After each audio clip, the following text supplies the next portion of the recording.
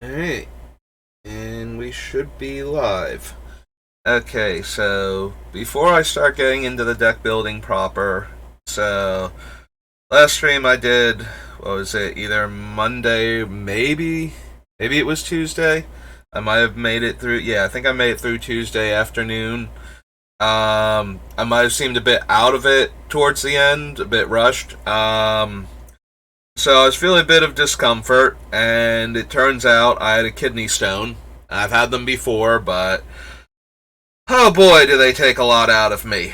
So, yeah, I was in a really, really bad place most of Tuesday night, and Wednesday I just did not have it in me to stream, and I'm still a bit out of it. I'm still recovering from it because I didn't have to go to the hospital. I still have the medication from previous times where I've had to go in, and it's really expensive just to go in. So if I don't need to, I won't, but oh my god, does that hurt so bad. So when I used to play D&D like 3.5 a lot more, there was this one mechanic where there was like one of the debilitating things you could get that sometimes came up was nausea, which made it difficult for your characters to act and gave them penalties. There were certain spells and things that would cause nausea through pain, and I didn't understand that until I had kidney stones. Like, the idea that the physical discomfort in your body is so bad that your body will start violently discharging anything inside of it to make the pain stop was not something I had encountered before then. So I am still kind of out of it. I was so in so much pain and so physically ill. So if this stream winds up being shorter, or if I just switch over to doing some drafts later because that's easier on me, that'll be why. But I'm feeling better. Once the medication kicks in and the stone can move without, like, latching on to every last tiny section of my insides as it moves through,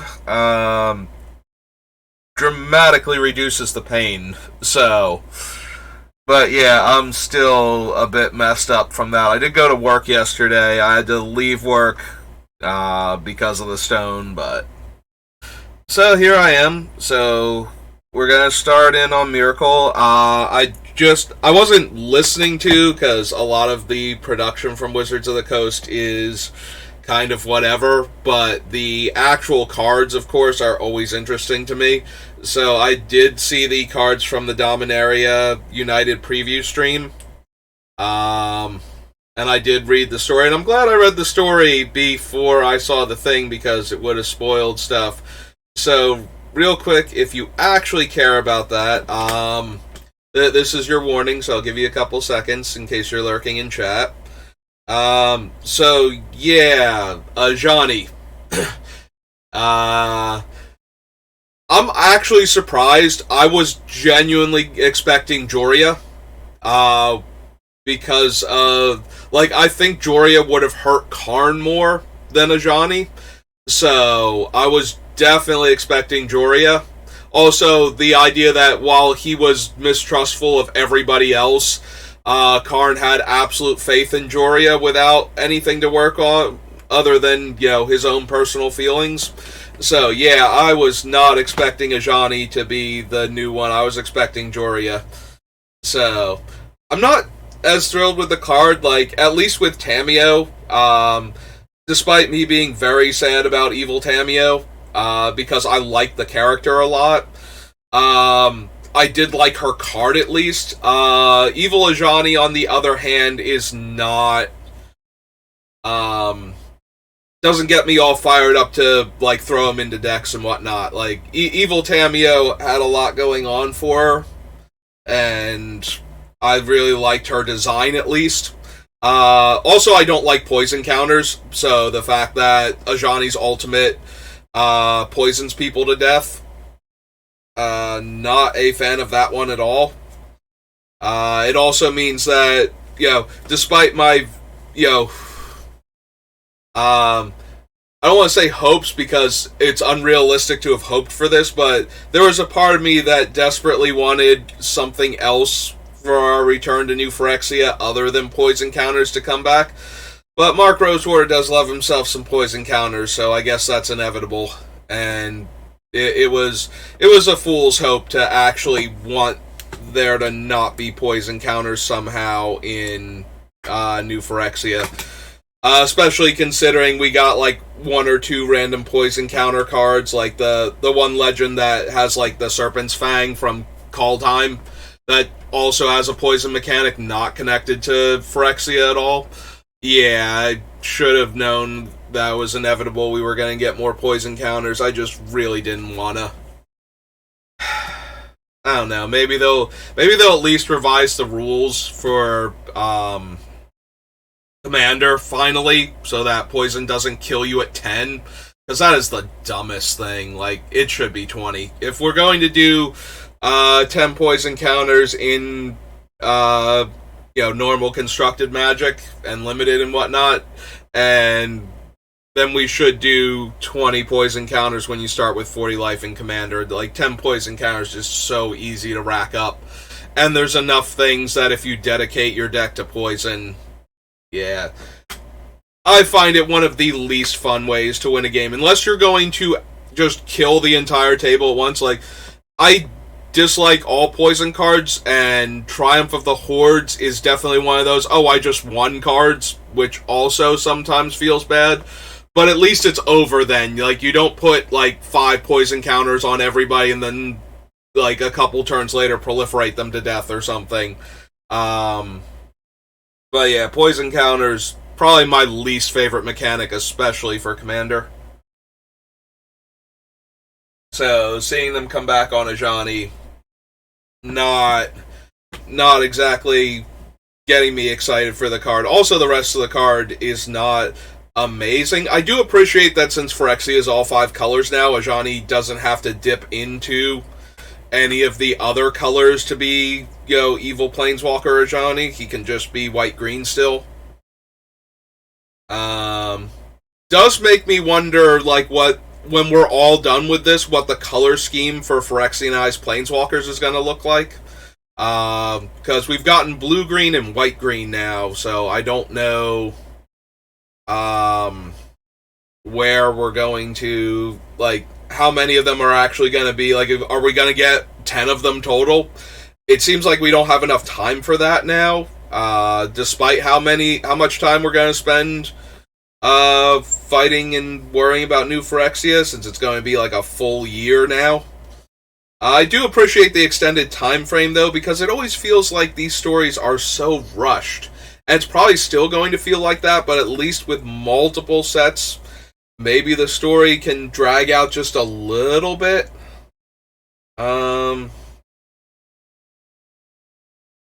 But yeah, nobody else is home, and I'm dipping into the yellow on CPU usage.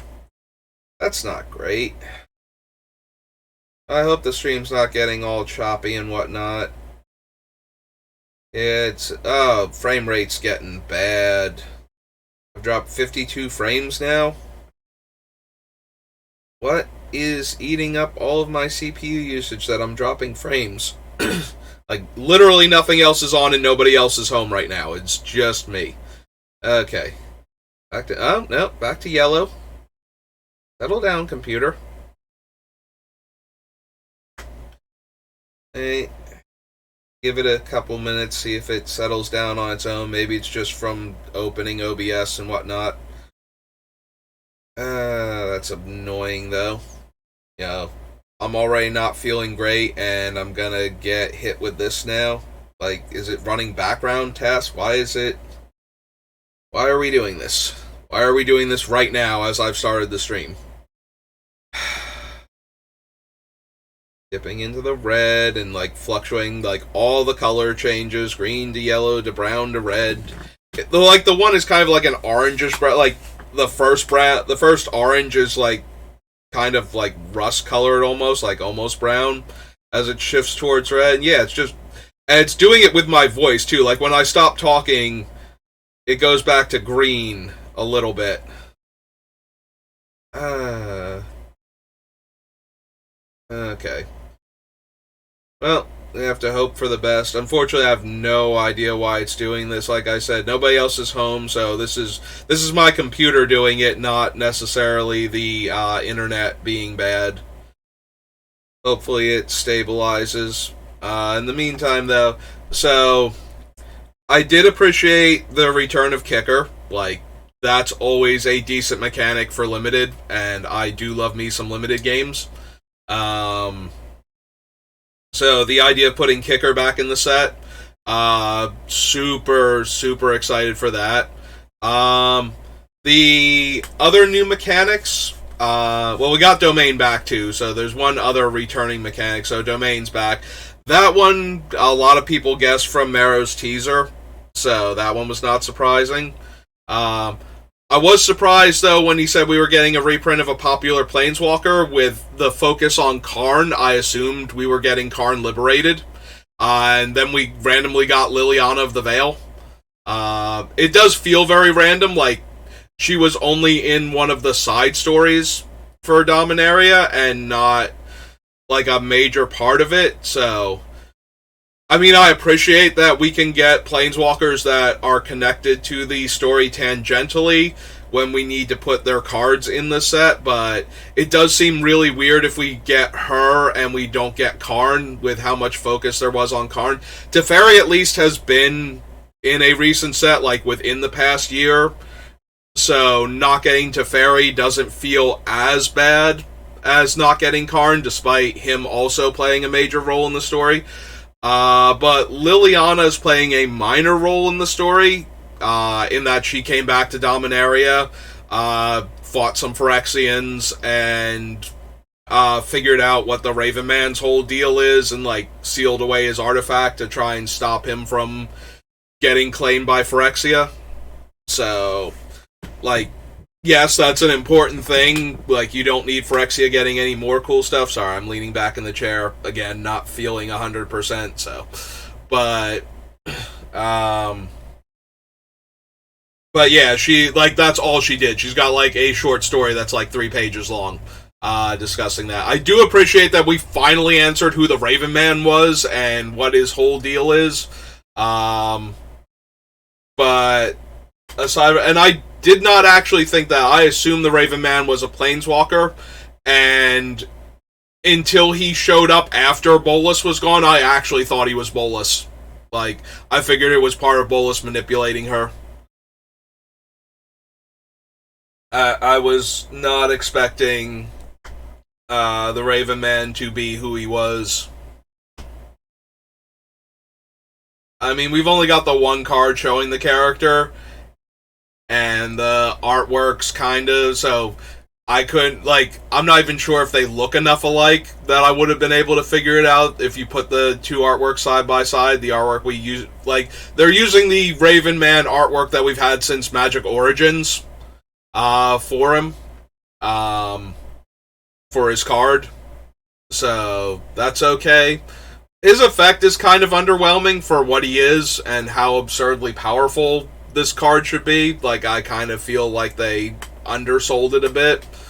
Like, it's okay, but, you know, with who the Raven Man actually is, kind of depressing that he didn't get a better card this time. Like, his other card is okay, but so expensive, and you almost never see anybody using it, so I was kind of hoping he'd get a better card this time. But no, he makes bird tokens when players discard cards and can tap to make players discard cards. So okay. Also, the birds can't block. Like, that's the other problem. He makes the ominous roost tokens basically, except they're black. So yeah. Like, not the worst card by any means, but certainly not like the high power level I was hoping for. But the new mechanics, there's a spin on sagas called Skip Ahead, where you can choose what chapter you start on. So if you don't want like if chapter 1 isn't doing much and you'd like to get to chapter 2 and 3, you can start on chapter 2 with like the 2 counters on it and just do chapter 2 there. Or you can skip directly to the end and get the effect. We got like, so Mara teased that there was going to be a blue card that had the text destroy all creatures. So it is a saga, and its first 2 things are phasing out creatures for as long as it's in play, and then the final chapter destroys all creatures and leaves behind Phyrexian 2/2 tokens for every creature destroyed this way. So it is functionally a blue wrath that leaves everybody with a number of 2/2s equal to the creatures that they lost. So that's... I mean, those type of cards like Curse of Swine and whatnot saw play, but weren't amazing, so... and I think Curse of Swine actually had like a combo in the format where there was a token that, or a enchantment rather, that gave tokens -2/-2, so it killed all of the token creatures your opponents would get out of it, and it only did it to the targets, so you could save your own creatures. This one lets you phase yours out, so that way you destroy everything, get the Phyrexian tokens, and then the creatures that you had phased out phase back in and become, their normal selves again. Or stay their normal selves because they weren't destroyed by the card. But yeah. So the other thing that we have is that there's a way to tap, untap, like, the creatures have the game text, like, I think the one was when it attacks. I don't know if that's always going to be an attack trigger, but they can get backup from another creature. I forget what the mechanic was actually called now. So you can tap an untapped creature that doesn't have summoning sickness. So you can't just do this to a creature that you just cast. And it has a connected ability that bolsters the creature that has the ability when you tap the untapped creature. So like the one that they had was when it attacks, you can tap the creature, you can tap the other untapped creature. Also, the other creature can't be attacking, so vigilance creatures don't get to get in on this and double dip either. So it has to be untapped, not attacking, and not have summoning sickness. When you tap that creature while the other one is attacking, you get to scry too. And then it had other game text on it, but that was the thing that was connected to its ability. So when you attack, you can tap an untapped, non-attacking creature that's not summoning sick, and you get to scry too. It's a potentially interesting mechanic. I'm going to need to... It's an ability word, though, so every one of them is going to be different in what they get from tapping the other creature. I don't know if all of them have to be attacking to trigger it. I forget if that was part of the ability word or not, or if it said when this creature attacks you may do that. So there might be some creatures that can tap themselves and tap an untapped creature with all of the requirements in order to get an ability, similar to how when we first got Exert, all the creatures were, when this creature attacks you may exert it, and then in the second set there were creatures that had tap and exert it to do something. I don't know if it's going to work like that. I forget the exact wording because I just saw it 20 minutes ago for the first time ever. But, so it's going to really depend what the abilities you get off of the creatures are. Like, obviously there are going to be some that are going to be, super mediocre or even bad. And there are probably going to be a couple that are really good, or at least insanely good and limited.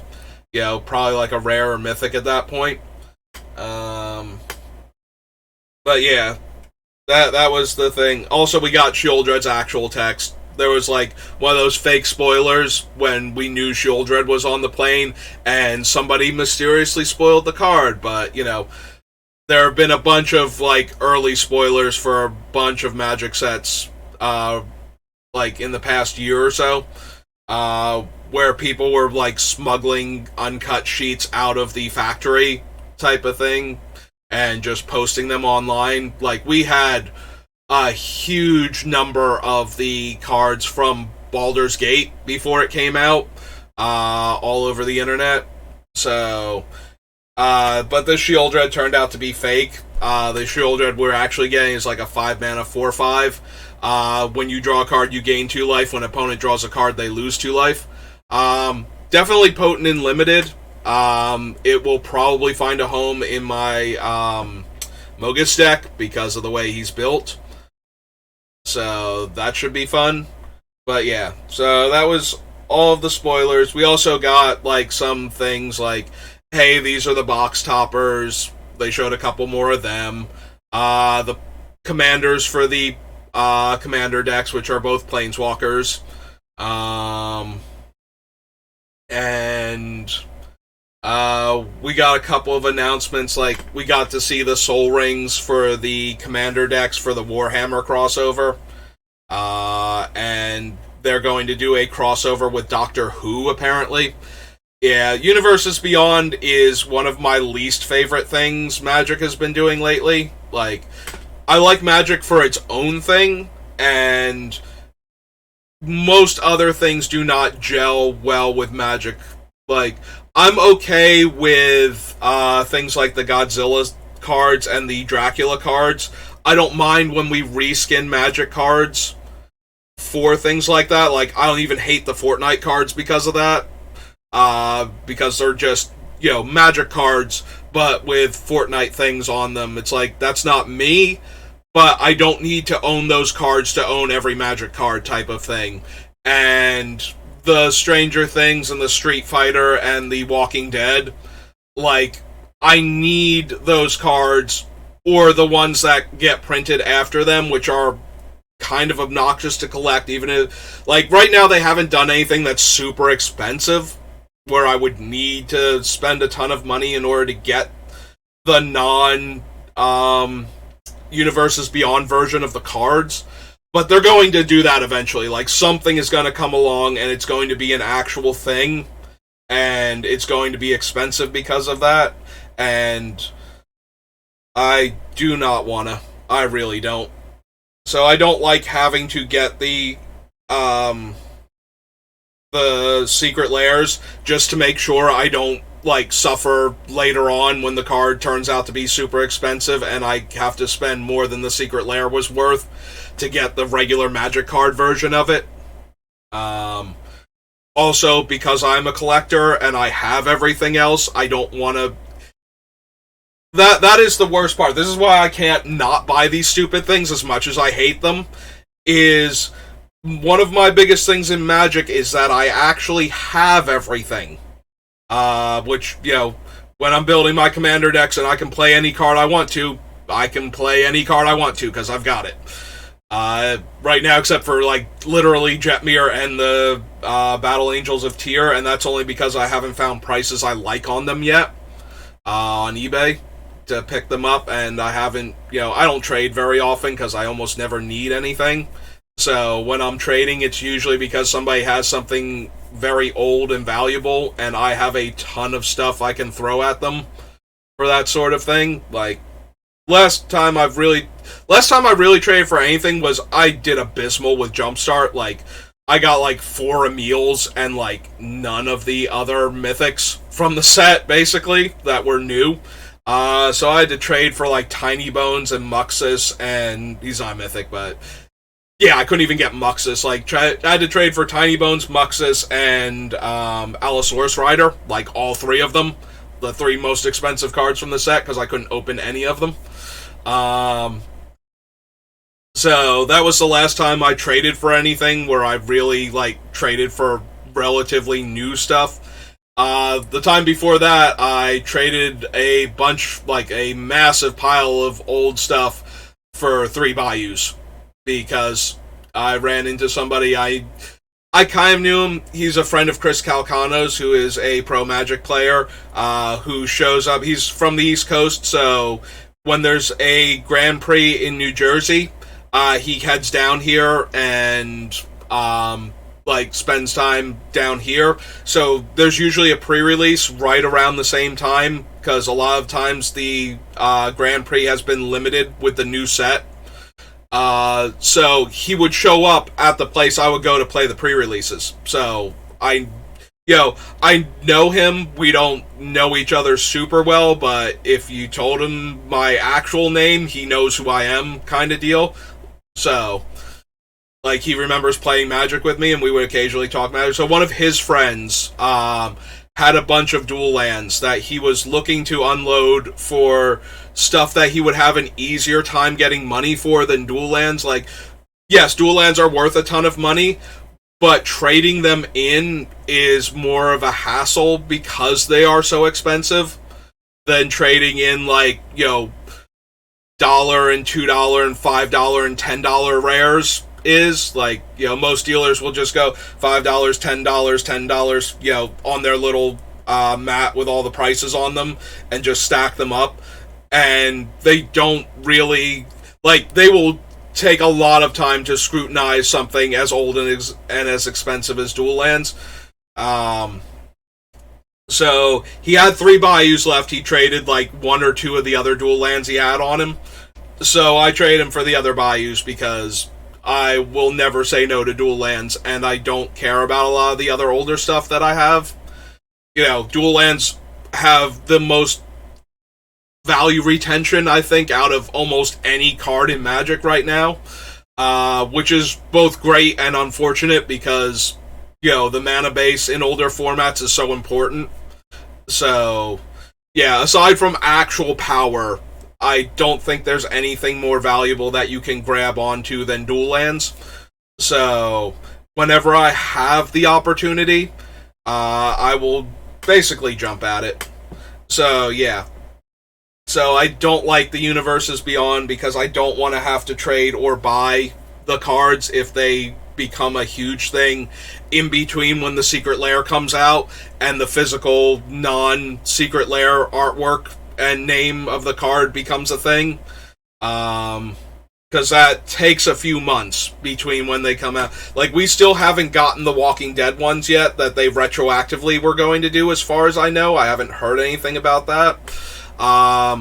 And we did get the Stranger Things ones in New Capenna, and I got some of them.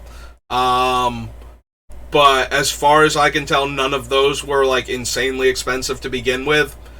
But I'm always worried that one of them will be. So if I don't buy the Secret Lair, and then they become expensive, and I have to spend more than the Secret Lair to get, like, one of the cards, basically, let alone to get all of them together, then I'm going to be really angry about that. But because I'm a collector, I can't avoid these things, and I don't like them. Like, I don't want the Universes Beyond.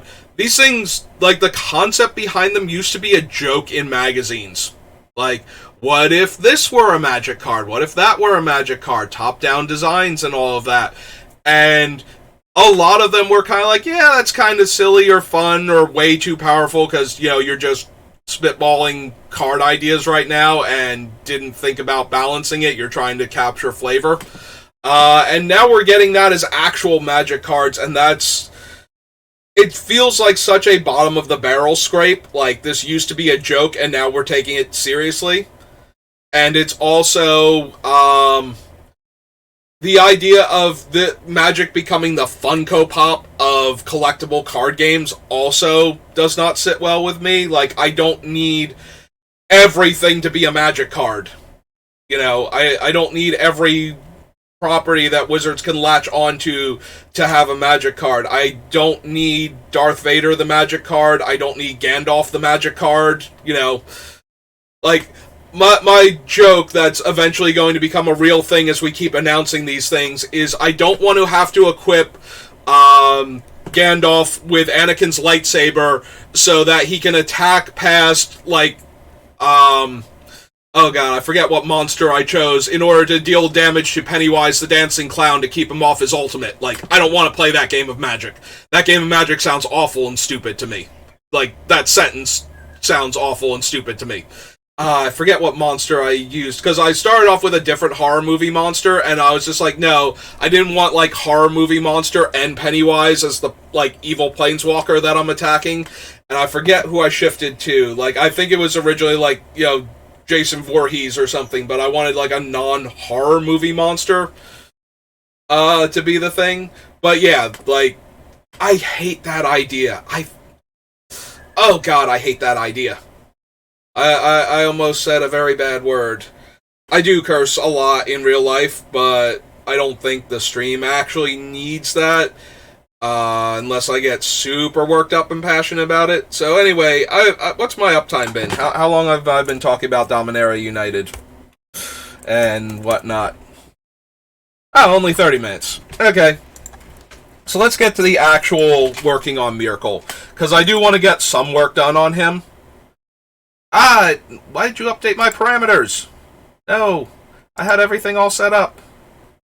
You're terrible. It's like, oh, you want to get started? No. No, no. No, no, no, no. No. Alright, so not blue, not red, and cold snap, I believe. Where we're at. Because we just did Champions, Chronicles, and 6th edition are reprints. So we get to do a little cold snap. I don't think there's anything in cold snap, but there might be. When target creature other than Adakar Valkyrie is put into a graveyard this turn, return that card to play under your control. Huh. So, Adakar Valkyrie dies, turns into enchantment, still has this ability. So, she can still tap to put a creature card that dies back into play. That might actually be a thing that we would want to do. There's a very real chance we're going for an Aristocrats type build with this deck. Like, we want to be able to sacrifice our creatures in order to get them back as enchantments. So we're probably going to have Valkyrie. We're probably going to have ways to sacrifice them, and a lot of good comes into play abilities too. So having Adakar Valkyrie to buy it back the first time and then sacrifice it again and let Myrkul buy it back the second time might actually be a thing. I don't think we need the Neshoba though. Comes into play, you may search your library for another card. Gets +1/+0 for each one. That has red, so we can't use it. Don't need that. Don't need that. Nope. Don't need Brooding Saurian. So for each other attacking Aurochs. Chill to the Bone. Chilling Shade. Old Steel Heart is okay. Cover of Winter. Cumulative Upkeep Snow. Put a age counter on it. No, I don't think we need that. Whenever you're dealt damage, you may put that many soldiers into play. Probably not. Sacrifice Disciple. Target creature gets -6/-6. No.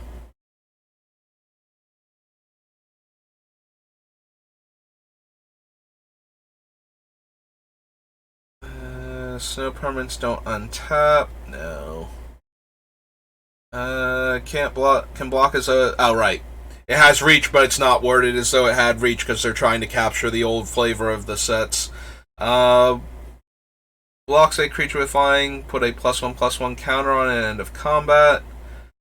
Sacrifice it. Destroy target non-black creature, and it has recover. So probably not. Whenever a creature is put into a graveyard from play, it gets +2/+2. Sacrifice a creature, gain 2 life from your graveyard, but not from anywhere else. You may play night cards from your graveyard. Is put into a graveyard from play, lose 2 life. This one for each land you control but don't own. Leaves play, each player gains control of each of their lands. This is a card that, whenever I build a black deck, I always kind of want to put in the deck because it's just obnoxious. And then I never wind up running it because it's a 7 mana 2/4 flyer that does this thing. It is a very funny card to me, and I kind of always want to do something with it, but I've never found the right deck for it. And I don't think this is going to be the deck either, despite the fact that it can die and come back, and then we can start stealing lands again for a while. And the enchantment version is a bit harder to get rid of.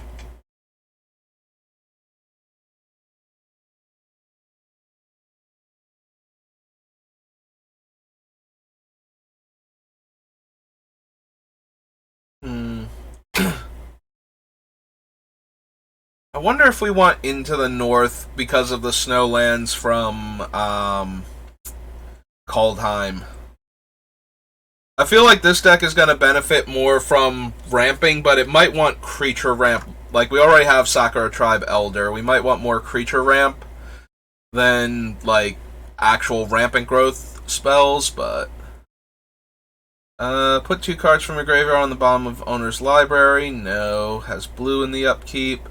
Another creature comes in play under your control. Put a 1/1 counter on that creature and on this thing.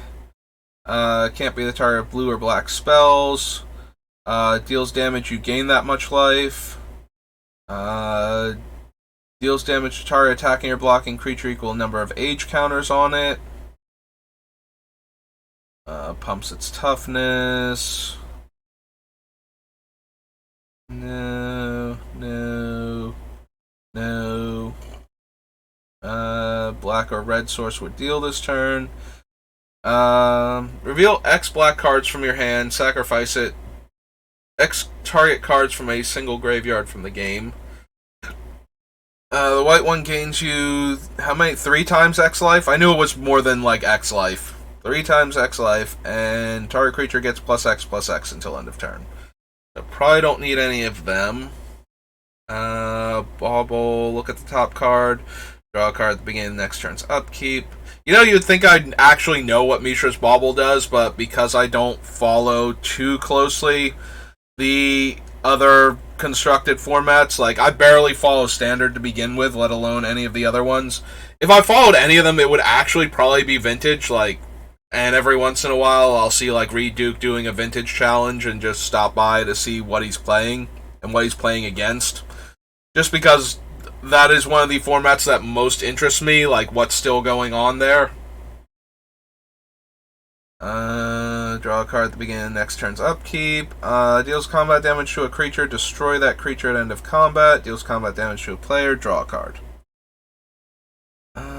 Trample, you searching your library, you can cast him. Flying, fear, and cumulative upkeep. At the end of your turn, draw a card for each age counter on Phyrexian Etchings. When it's put into a graveyard from play, you lose 2 life for each age counter on it. Doesn't untap. Attacks each turn if able and has weird snow fire breathing. Cumulative upkeep, sacrifice a creature. +3/+3. Giant creature gets +2/+1 and has snow. This creature can't be blocked this turn except by snow creatures. Snow regenerate, trample, Auroch text. Snow and 2, target creature blocks target creature this turn. Target creature blocks target creature this turn if able. Okay. Excuse me. 5/6 pro snow. Another creature. I've passed over like 3 or 4 different versions of this card already because we also had the Kami, and I feel like one of the other creatures in one of the other sets also had this game text. I'm debating because we can sacrifice it and then get a token copy of it that is then a, like half of a seal, the white seal. But I don't know that we actually need that, and we can probably do better. But the fact that you can sacrifice it to itself to destroy the thing, and then immediately get it back and destroy the other thing, does make me consider it a little bit at least. We don't care about the Wendigo Aura, and we don't care about Scrying Sheets. Sheltering Ancient, no. No. All the Snowlands. I can't help but think how dumb Soul Spike would have been in actual Necro at the time it was printed. If it had, like, the set was not actually a lost set. That was just a thing that they did to they made it kind of a joke that they lost a Magic set and they found it behind, like, some old office equipment in Wizards headquarters when they were moving.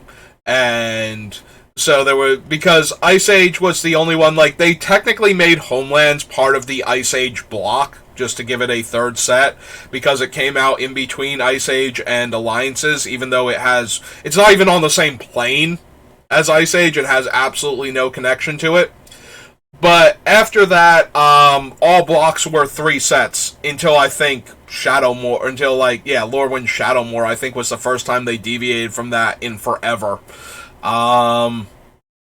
So the idea that there was a lost Ice Age set that completed the block is what Cold Snap was, played out to be, so that's why they have the older wordings on cards, and they have a land that doesn't tap to produce mana, and all of this other stuff. But the idea, if Soul Spike had have actually been printed back when Necropotence was at its zenith in Standard, is actually kind of horrifying, because it generates so much card advantage. It can very easily cast this for the 2 cards from the hand without even blinking, without caring about losing the 2 cards.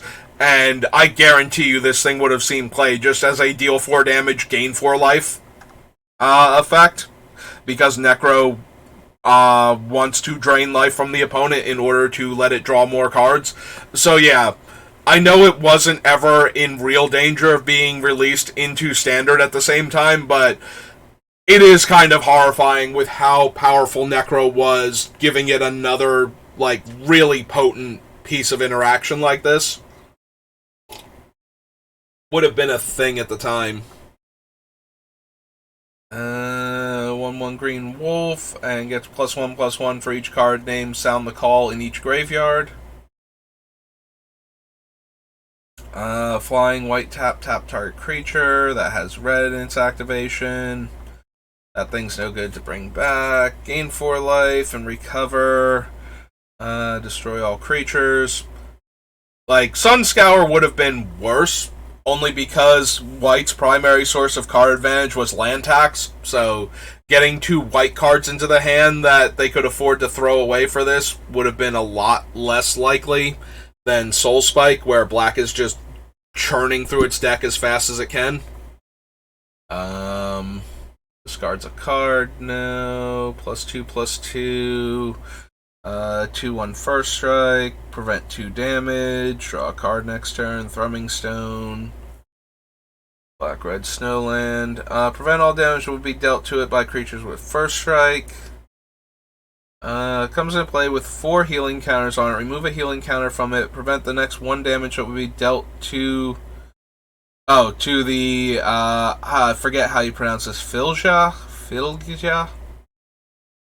I don't know. It's one of the, northwestern European countries' words, and I'm going to butcher the absolute heck out of it, because I don't know. I think it's Filja, but I'm not sure. But yeah, and you can put a counter on it, so that's not going to work for our deck, because it can only prevent the damage to itself, and it's kind of underwhelming on top of that. So... if another creature would be put into a graveyard from play, remove it from the game instead. Put a card removed from the game with Voidmaw into its owner's graveyard. It gets +2/+2. Is okay, not amazing. Don't need the wall. Same thing as the black version of it. Comes into play with 3 ice counters on. As long as it has an ice counter on it, it has Defender and prevents all combat damage. When it blocks, remove an ice counter, and snow, landwalk, and snow to regenerate. Alright, so nothing in Cold Snap. I think we're on some of the commander decks now, it looked like. So, yeah, starting with 2013. These ones are such a hassle to get through, because I can't just see the unique cards. Maybe I can. Hang on. Let's try something. I'm gonna, full window this for a second. What if we do by collector's number? Does that actually do what I need it to do? Okay, I think that actually works. Oh no, wait, there's Airy Mystics immediately underneath it. So that doesn't quite do what I need it to do. I was hoping that by organizing it by collector's number, it would... Although maybe it's kind of doing that. Maybe Active Authority is the only unique mono white card from this set. Active authority enters the battlefield. You may exile target artifact or enchantment. At the beginning of your upkeep, you may do the same. If you do, its controller. If you do, the controller it gains control of active authority. Okay. So Angel of Finality was a reprint. I want to see. Tax enchanted player. Its controller gains 1 life. Yeah. Okay. It's not doing what I would need it to do. So. I was hoping that by doing it by collector's number, what it would do is show me all of the unique cards from the set first, because they always start the collector's numbers at those cards. But apparently it's still going to show me all of the other cards, too, in alphabetical order, so it didn't... Oh, wow, I just accidentally closed it entirely. Okay, hang on a second, real quick. Close that out so I don't accidentally dox myself with my homepage, just in case. I don't know what would be on my homepage exactly, but yeah, I did not mean to close that out.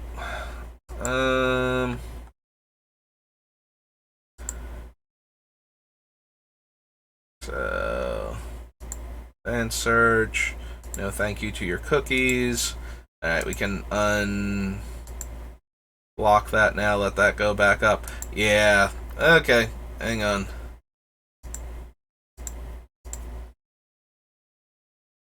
Yeah, adding to my not feeling 100%. All these little minor things. So that was Commander 2013. Add that back to the list. Hit search. Yeah, I was really hoping that collector's number would give me the cards by their collector's number. I don't know why I thought that, but I was really hoping.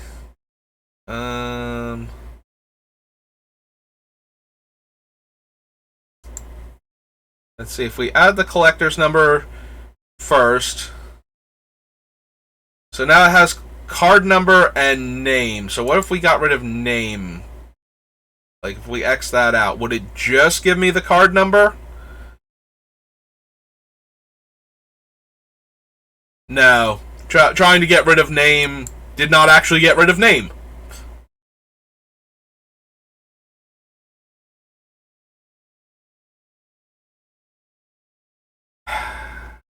Because things just can't be easy. That would be too convenient. Okay. Well, if we can't get rid of it, then I kind of just want it normal then. But that is disappointing. I was really hoping we could rearrange them so we would only see the unique cards from each commander set, but that was apparently asking too much. So we're back on this thing then.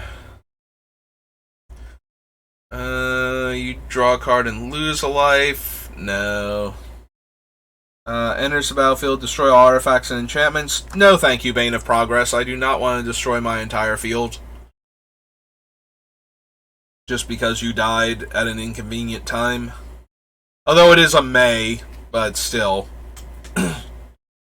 Whenever a creature attacks enchanted player, put a counter on it. Attacks enchanted player with one or more creatures, gets a 2/2 black zombie token. Gains 1 life. Darksteel Mutation. Always a decent card. Takes away the commander's abilities, and if they can't sacrifice or bounce their commander, they can't destroy it, so they would have to destroy the enchantment.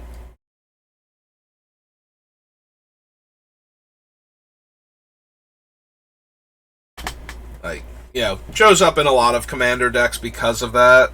I don't know that we need it for this build. I'm more concerned about doing my own thing for the moment. Death Grasp, Decree of Pain, Dirge. See, I hate going through all of these cards that are not unique to Commander to fish out the Commander cards. Eye of Doom, probably not.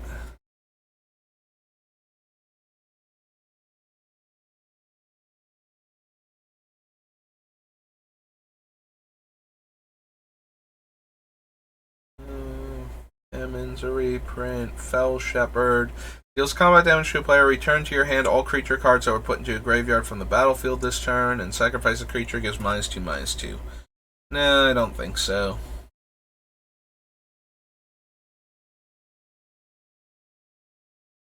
Homeward Path, Hooded Horror.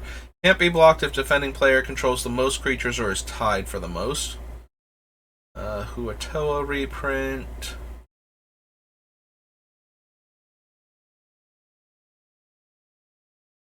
Hongming.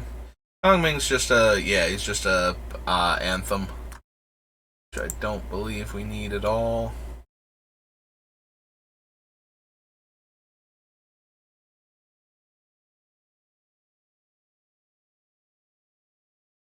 Your entity, Battlesphere, enters the battlefield or the beginning of your upkeep. Choose left or right. Each player may attack only the opponent nearest to them in the last direction chosen. Trample. When you cast it, each player reveals the top card of their library. Enters the battlefield with X+1/+1 counters on it, where X is the converted mana cost of all cards revealed this way. Nope. Obelisks, 1 dozen eyes, Ophiomancer. Ophiomancer is kind of silly because we would keep making the snake every turn. Do we need Ophiomancer? Like, are we going to have enough sack outlets where over time we want to be able to grind out opponents? Probably not, but I don't know that that's true, so we're going to go to Commander and we're going to add it to the list just in case. So, Ophiomancer.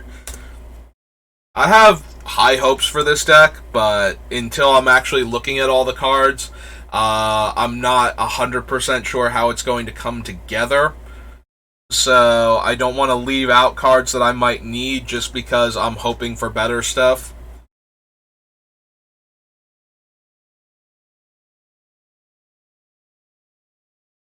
Are we doing enough shenanigans where Primal Vigor is worth the risk?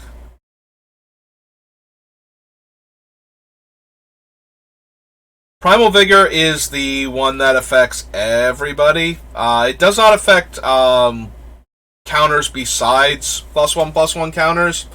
So at least we wouldn't have to worry about accidentally ultimating opponents' planeswalkers. We might be doing enough. I might want Primal Vigor in this deck.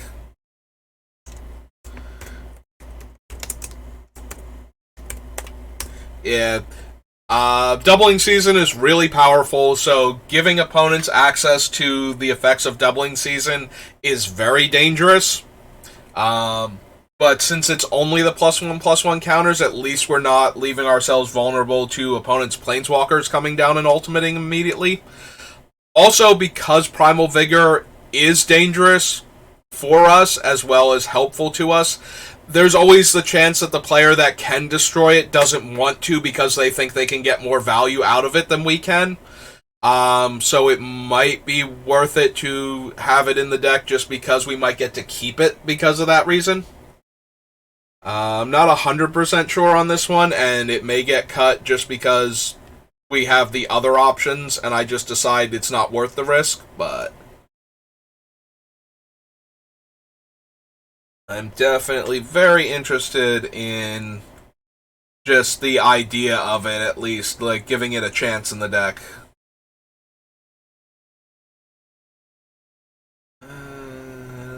All of these are reprints, including Reincarnation.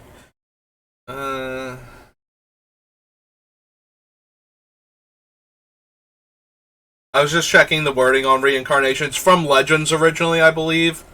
And its wording is super awkward back then, so I was actually reading it here.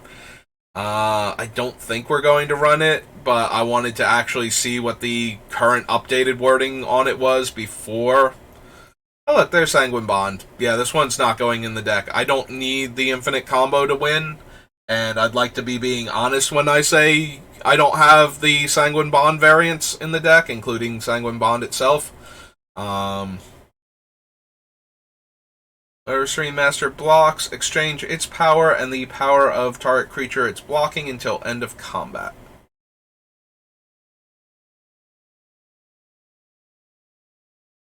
Sarah Avatar, Silklash Spider,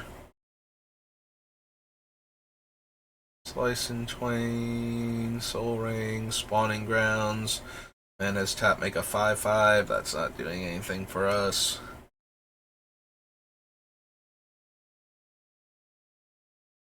Spoils of Victory does have the benefit of specifying the land types without it requiring it to be basic.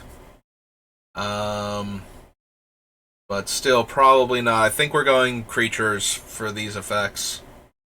Tap Exile Surveyor Scope. Search your library for up to X basic lands, where X is the number of players who control at least 2 more lands than you. Put those cards onto the battlefield and shuffle your library. Nope.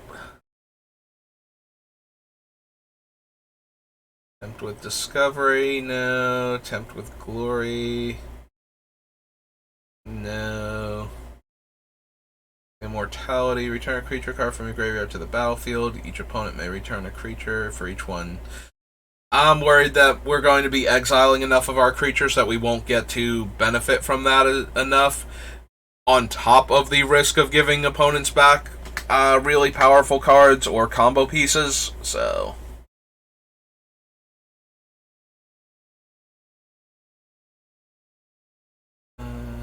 Toxic Deluge.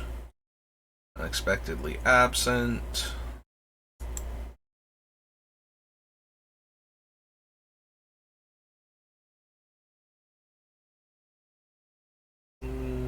Does not look like anything else. But there could be a card alphabetically. Nope. I was going to say that I'm forgetting about. Alright, so that was Commander 2013. Commander 2014.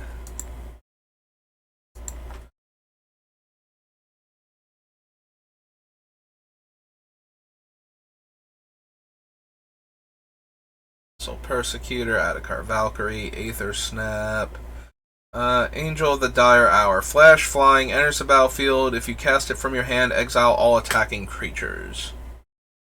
Field Marshal, 3/3 Lieutenant. Gets +2/+2, and creatures you control have Vigilance. No. Lighthouse, no. Assault Suit, no.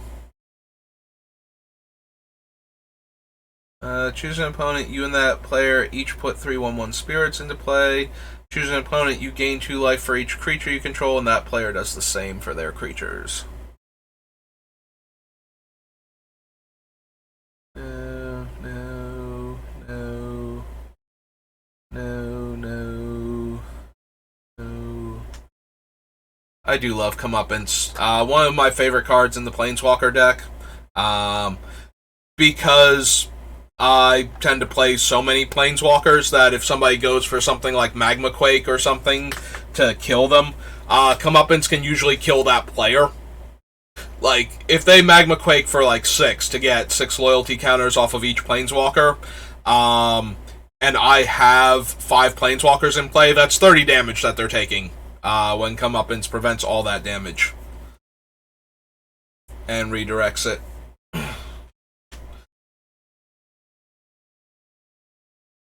Containment Priest. It is a non-token creature. I don't know how many other ways we're going to have to get creatures back or to otherwise get them into play without casting them. So I don't know if I want Containment Priest in the deck.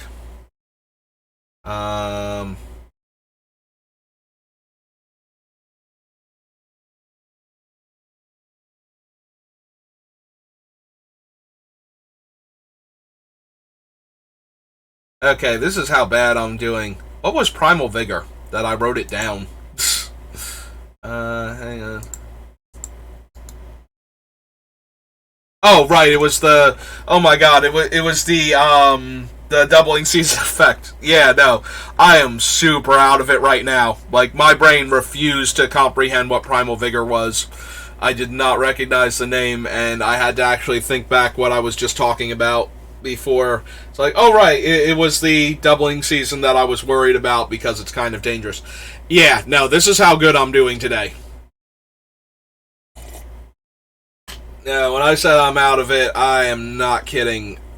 It has been a rough couple of days. Yeah, I don't know that I want Containment Priest, but maybe. We can always add it to the list and I can cut it later. When we decide that, no, we're putting too many non-tokens into play from other locations, we can't afford this thing.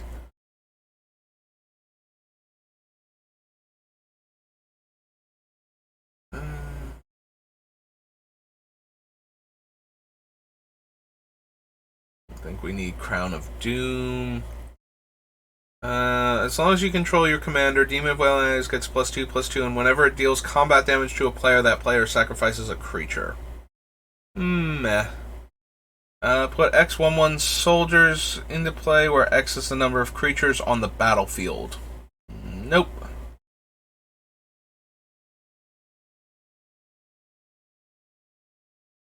These are all reprints.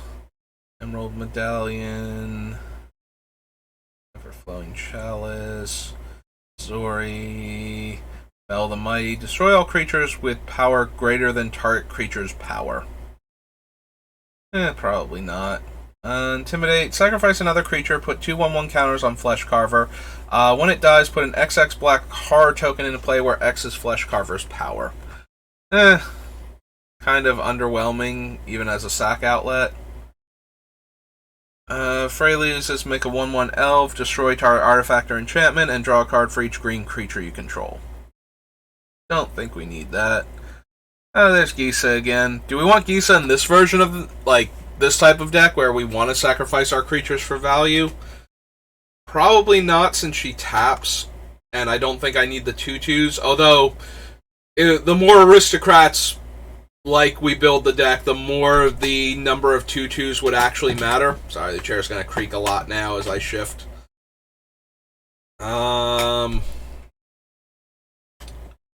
Do I want Gisa?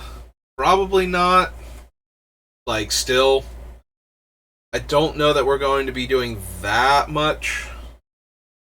Enters the battlefield. Each player chooses a creature type and returns any number of cards of that type from their graveyard to their hand. Nope. Golgari, Grim Flowering, Spirit Keeper. Dies, put X11 tokens with flying into play where X is the number of creature cards in my graveyard. Well, I'm going to be exiling too many of my creature cards for Myrkul, most likely, so I don't think that's going to be a thing. Immaculate Magistrate, no. Imperious Perfect, no. Infernal Offering. Choose an opponent. You and that player each sacrifice a creature. Each player who sacrificed a creature this way draws 2 cards. Choose an opponent, return a creature card from your graveyard to the battlefield, and then they do the same with their graveyard. So, nope.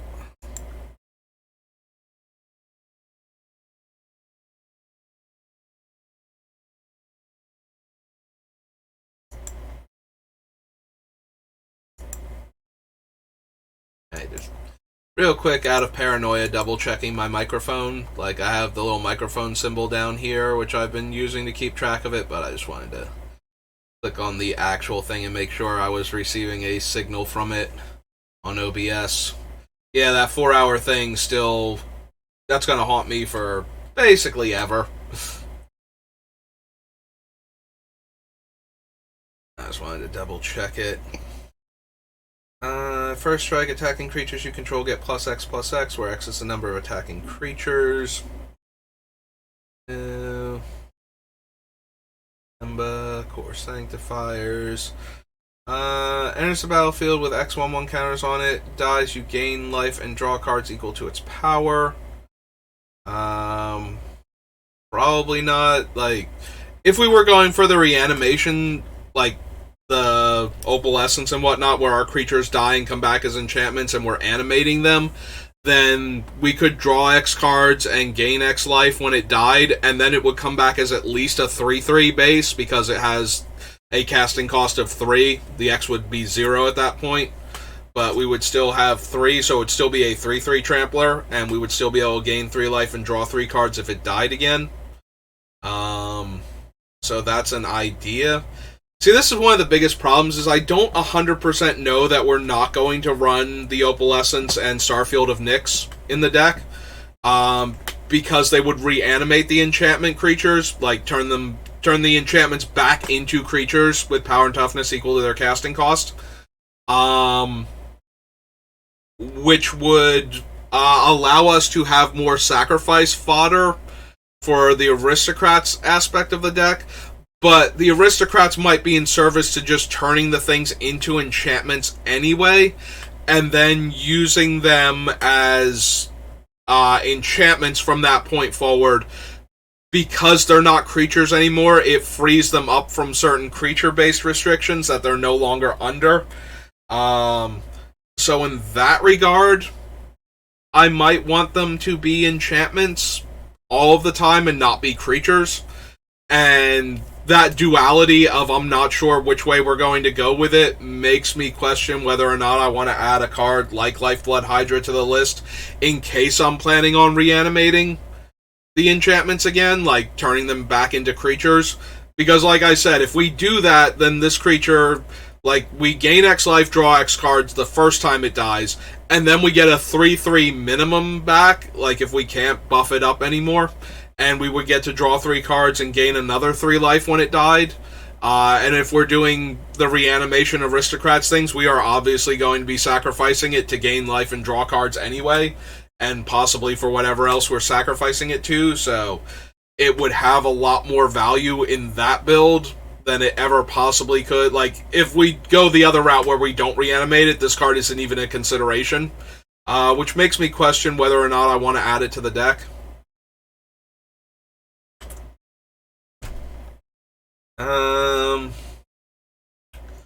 I'm kind of disinclined to right now, but maybe I will just in case we go more aristocrats build, as I lean forward and make the chair creak even more. Yeah, I don't know when I'm going to figure out exactly which version of the deck we're going to build, like which one looks stronger, and just focus on that one. There's going to be, like, some cards that I'm not thinking of yet. Like, I know I want the, like, Devoted Druid and the black version of it, and possibly the white version, because I forget exactly what the white version does. In this deck, if we're not going to be reanimating them, because the green one gives infinite mana and the black one discards all of the cards in the opponent's hands. But maybe just because that's a really cool trick we can do doesn't mean we're not better off doing the Aristocrats version of the deck, where we're only focused on generating huge numbers of creatures and sacrificing them constantly. Using Myrkul's ability to make enchantments again, and then reanimating the enchantments. So, yeah, I'm not 100% sure where we're going to be at with this deck. Until I figure out if there are more cards that benefit from not being creatures while being enchantments. Like, once I know how many creatures are more comfortable as enchantments than they are as creatures, I'll know for sure if we want to do just not animating them again, basically.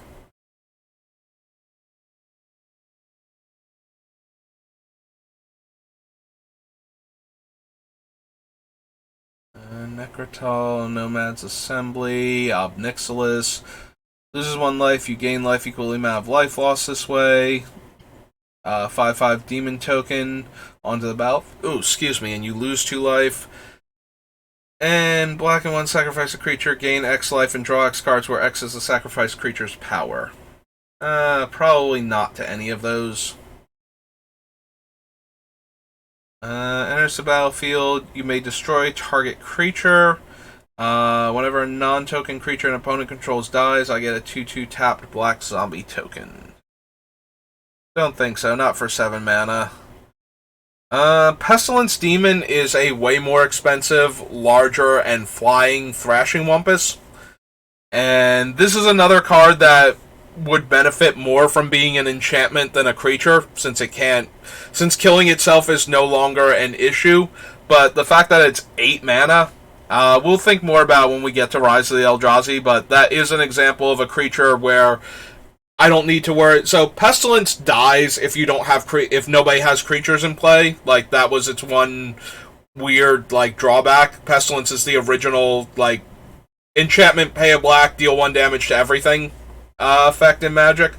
There's also a red one that was color shifted called Pyrohemia or Pyrohemia, I believe, like Bloodfire or something.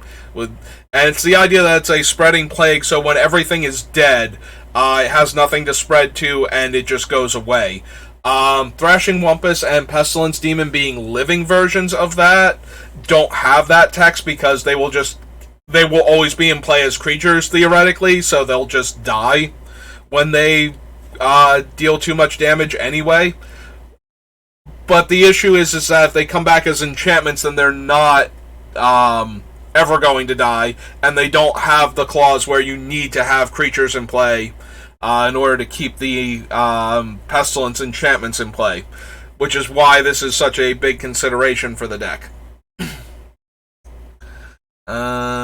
Flagship, Priest of Titania, these are all from other sets, as promised, but it took me a second to recognize it. Combat on your turn, choose an opponent at random, attacks if able, deals combat damage to a player, that player loses half their life rounded down.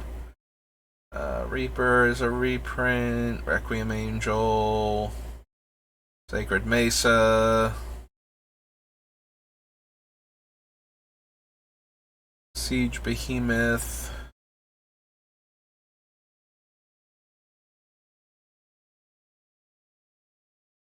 Song of the Dryads.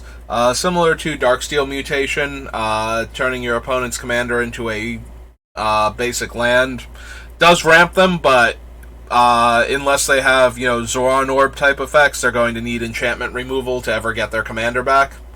Because it's a lot harder to sacrifice a forest than it is a creature.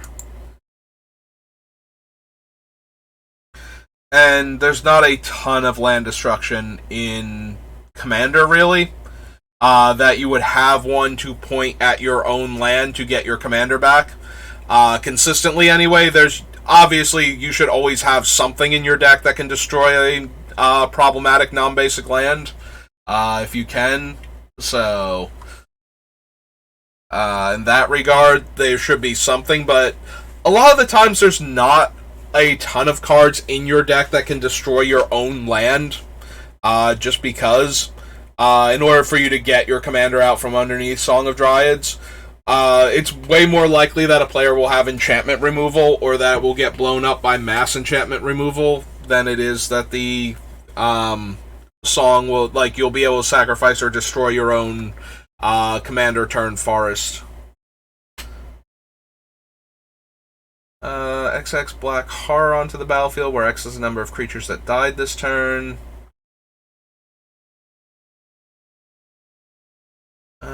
Each make an XX Tree Folk and X11 Green Elves. Alright, that's Ollie Raid's card. Just with different artwork. As long as you control your commander, gets +2/+2, and other creatures you control get +2/+2 and trample. Titania cares when your lands die, I believe. Yeah. Land is put into the graveyard from the battlefield, you get a 5/3 elemental token. Enters the battlefield, deals 6 damage to each creature with flying. Have it deal damage as though it weren't blocked. Both okay, nothing too spectacular. I forget where Tornado Elemental is from originally, but I'm 99.9% sure it's a reprint.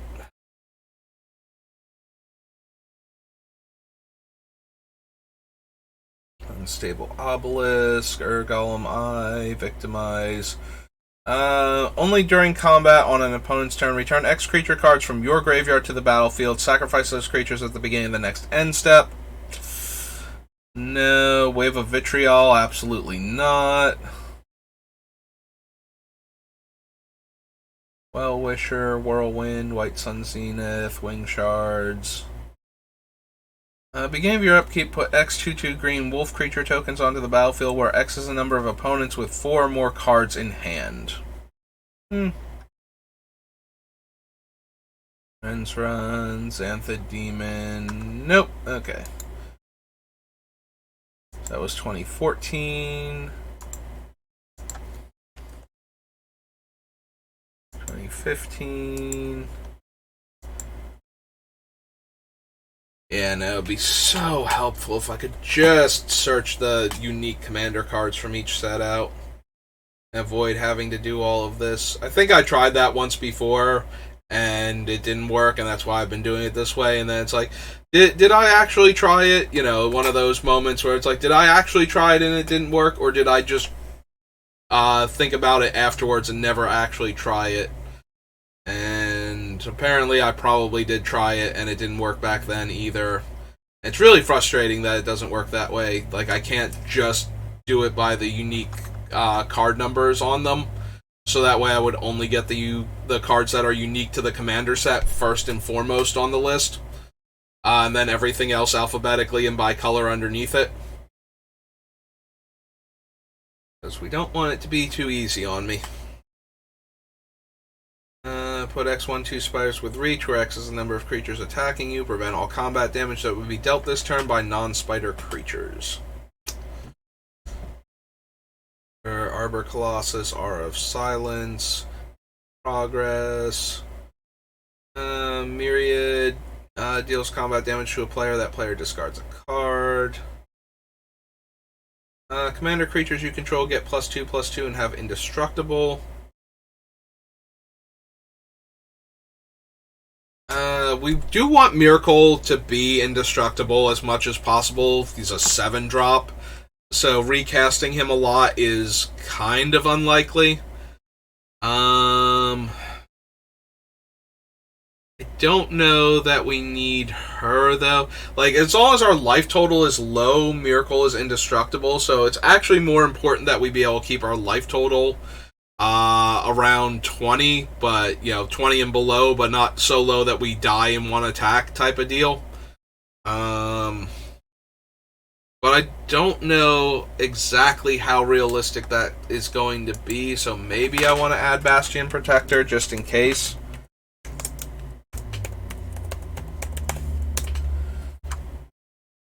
Like, if we have her out and Myrkul comes down, then Myrkul has to get bounced or something before she gets killed. Otherwise, she becomes the enchantment version of herself. And then they have to kill her again before Myrkul is vulnerable. So, hopefully that's how that'll work out. Devour 1. Each other creature you can control enters the battlefield with an additional X +1/+1 counters, where X is the number of counters on this thing. Nope.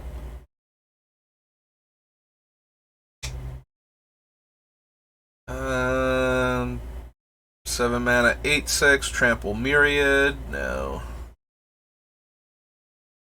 Trample enters the battlefield with a number of 1/1 counters equal to the number of lands in your graveyard, right. Okay, I remember him now.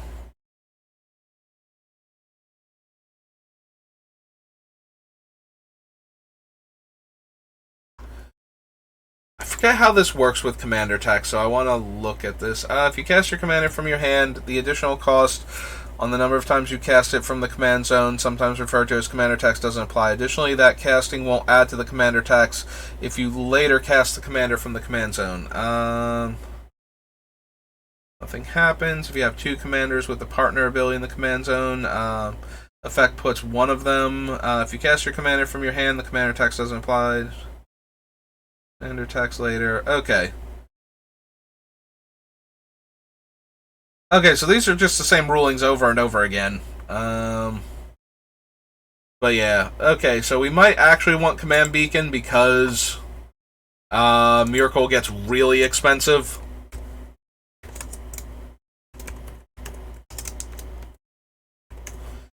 If he dies. And let's be honest, players are going to want to get Myrkul off the battlefield. He is an absurd enabler. So, use X life, where X is the number of creature cards in target player's graveyard.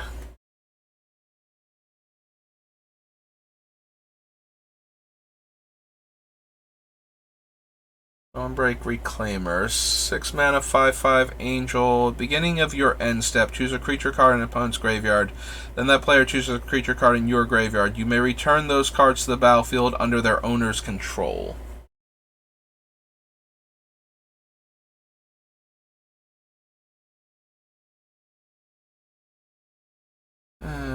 Whenever you cast an enchantment spell, you get an experience counter. Put a white and black spirit enchantment token onto the battlefield. It has this creature's power and toughness are equal to the number of experience counters you have.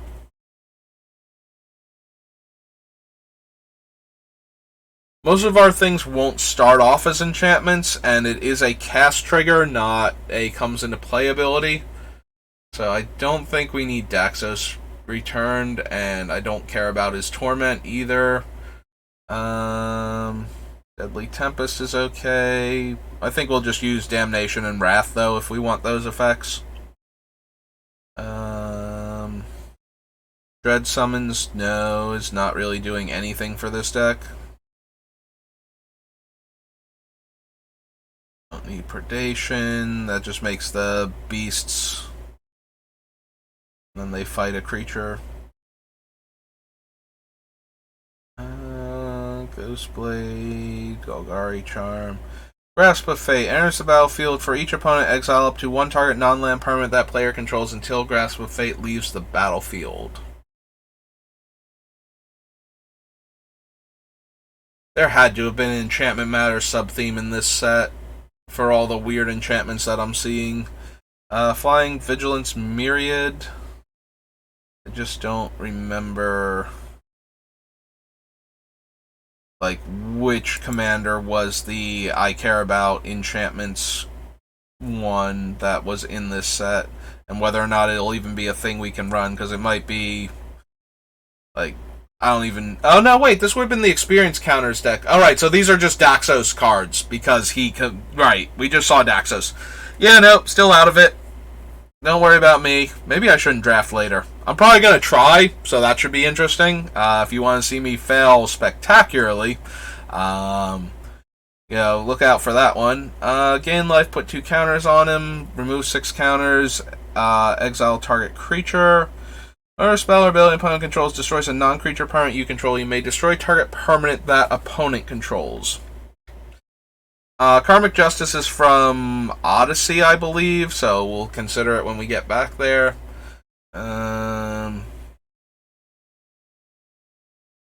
Troll. Mazierik, the Crawl Death Priest. Whenever a player sacrifices another permanent, put a +1/+1 counter on each creature you control. Meh.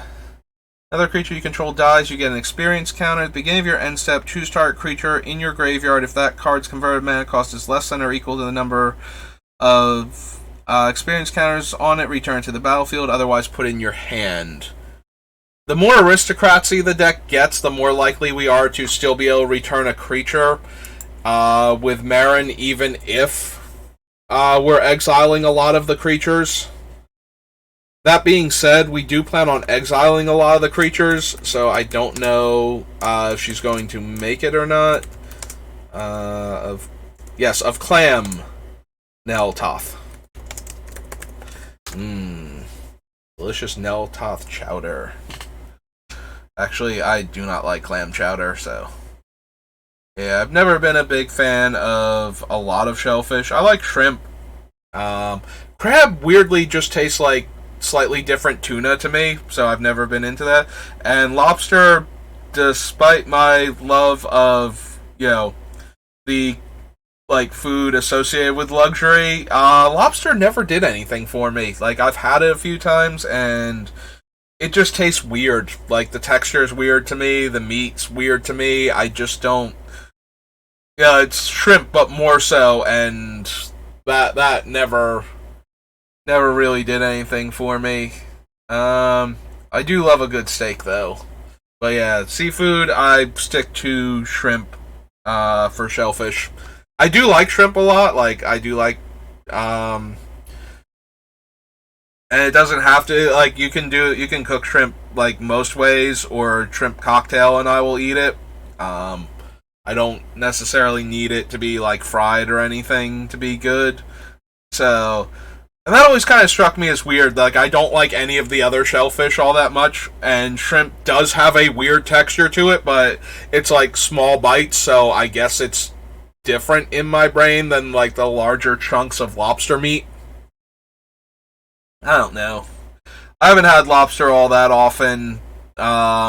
even when I can afford to do it, like, it's still not some, like, I've tried it for the sake of trying it because, everybody's like, oh, lobster is like this huge deal, and, if you want to have something really good and really expensive, lobster, and it's just like, no, if I'm going to spend a ton of money on food, give me a big, thick, juicy porterhouse steak.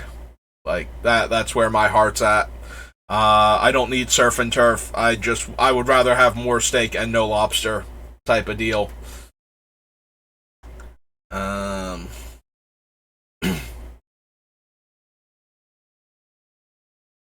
how did I get onto lobster? Like, what card made me think lobster meat or shellfish or something? Yeah, no, it's like I've said it a few times already. It's been a few weeks, or yeah, this week has been a few weeks. Like, oh god, all right. I genuinely have no idea what got me on the topic now. Yeah, no, drafting. Like, I wanted to do some drafts. This is gonna be interesting. I'm like not entirely here. I'm not even on any medication too. Like, this is not me on like heavy painkillers or anything. This is just me um a little bit sleep deprived and physically exhausted from enduring all of that. So, yeah. I kind of scroll past the arrest coast. This is one of those if your opponent have more lands than you or something. Enters the battlefield, search your library for up to X planes where X is the number of players that control more land than you. Reveal those cards, put them in your hand, and then shuffle your library. So yeah, I don't think we need that one.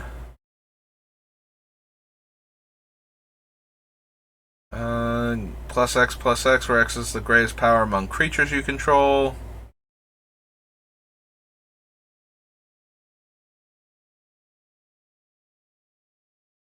Righteous Confluence. Make a 2/2 Vigilance Knight token. Exile target enchantment. Gain 5 life. All right, we were green, black, red. That's why we had the green thing from Ikoria instead of this thing. I don't think any of those modes are super, super helpful to what we're doing. I think we can do better for enchantment-based removal in our white-green deck. So we can skip over that one. I forget what the green confluence is. Like, I can picture Wretched Confluence. I know one of the modes is like draw a card and lose a life. But yeah, I can't quite picture what the green one is off the top of my head.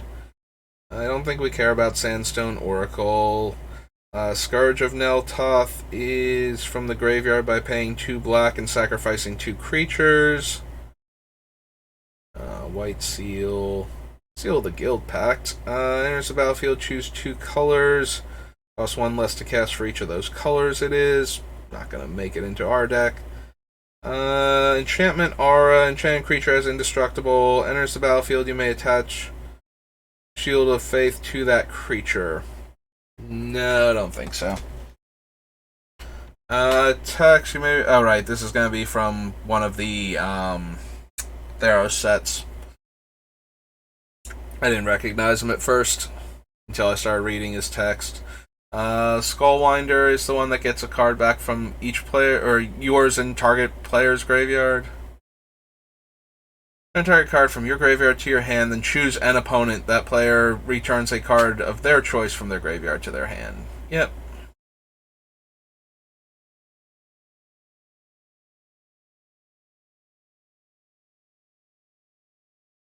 Rhastodon, Teysa,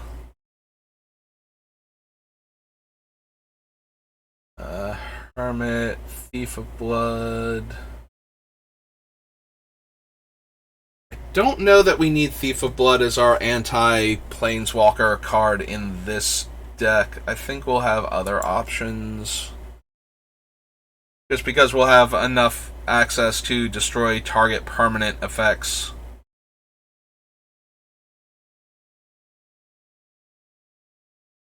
World Coinsmith, Connections. There's Verdant Confluence. Put 2/1 counters on a creature. Return target permanent card from your graveyard to your hand. Search your library for a basic land card and put it onto the battlefield tapped. And it's a 6-drop. No, I don't think so. No.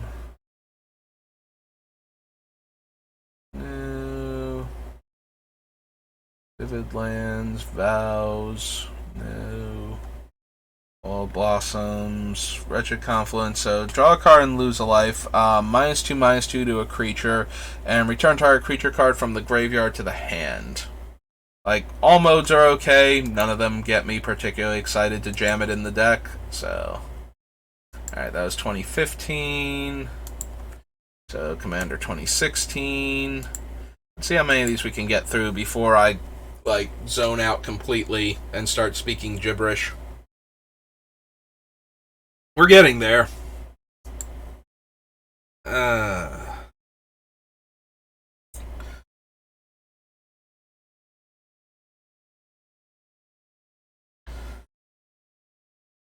Oh, cool. Well, something was Absent Colors, because we have Absent Charm, so maybe we'll find something really cool for the deck in Commander 2016. I genuinely forget, like, until I see one of the Commander cards, I cannot remember what the themes were for any of these.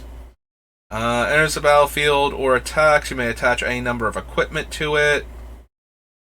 Ash Barons, Assault Suit again. Alternate artwork, Beacon of Unrest. Untap all creatures until end of turn. Whenever a creature opponent controls blocks, draw a card, and then I draw a card just for casting it. Ooh, excuse me. Creatures can attack you. Artifacts and creatures your opponents control enter the battlefield tapped. Yeah, I'm reading cards that are from other sets. This is another problem, is I get a little distracted as I'm processing each of the cards, and my slowed processing power on top of that, just because my brain is kind of out of it still, is not making anything any better. So, flip a coin. If you win the flip, destroy all non-land permanents. I'm pretty sure that's actually from Khans of Tarkir. Brutal Horde Chief we can't run. Opponent plays a land, we can play a land. Yeah, some of them I have to process because they have different artworks than the original one. I have to remember what I'm looking at. And some of them my brain's just like, is this going to be a thing later? Should we look at it now and make sure? X is the total amount of mana. Oh, right. We already saw Collective Voyage because it's a reprint. There's Commander Sphere, Conqueror's Flail.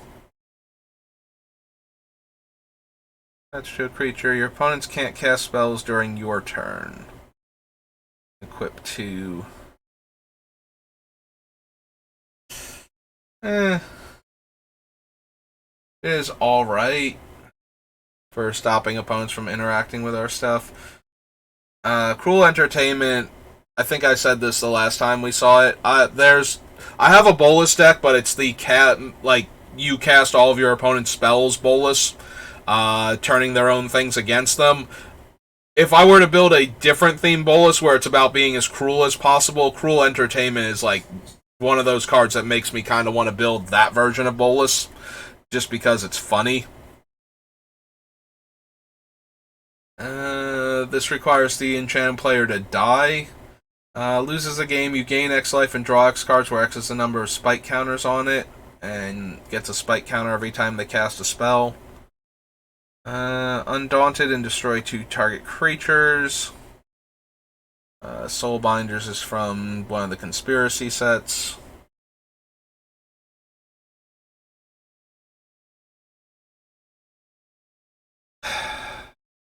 Did we bother with Dauntless Escort in Alara Reborn?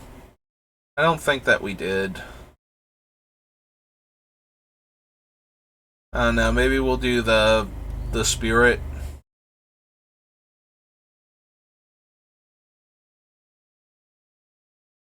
New Phyrexia.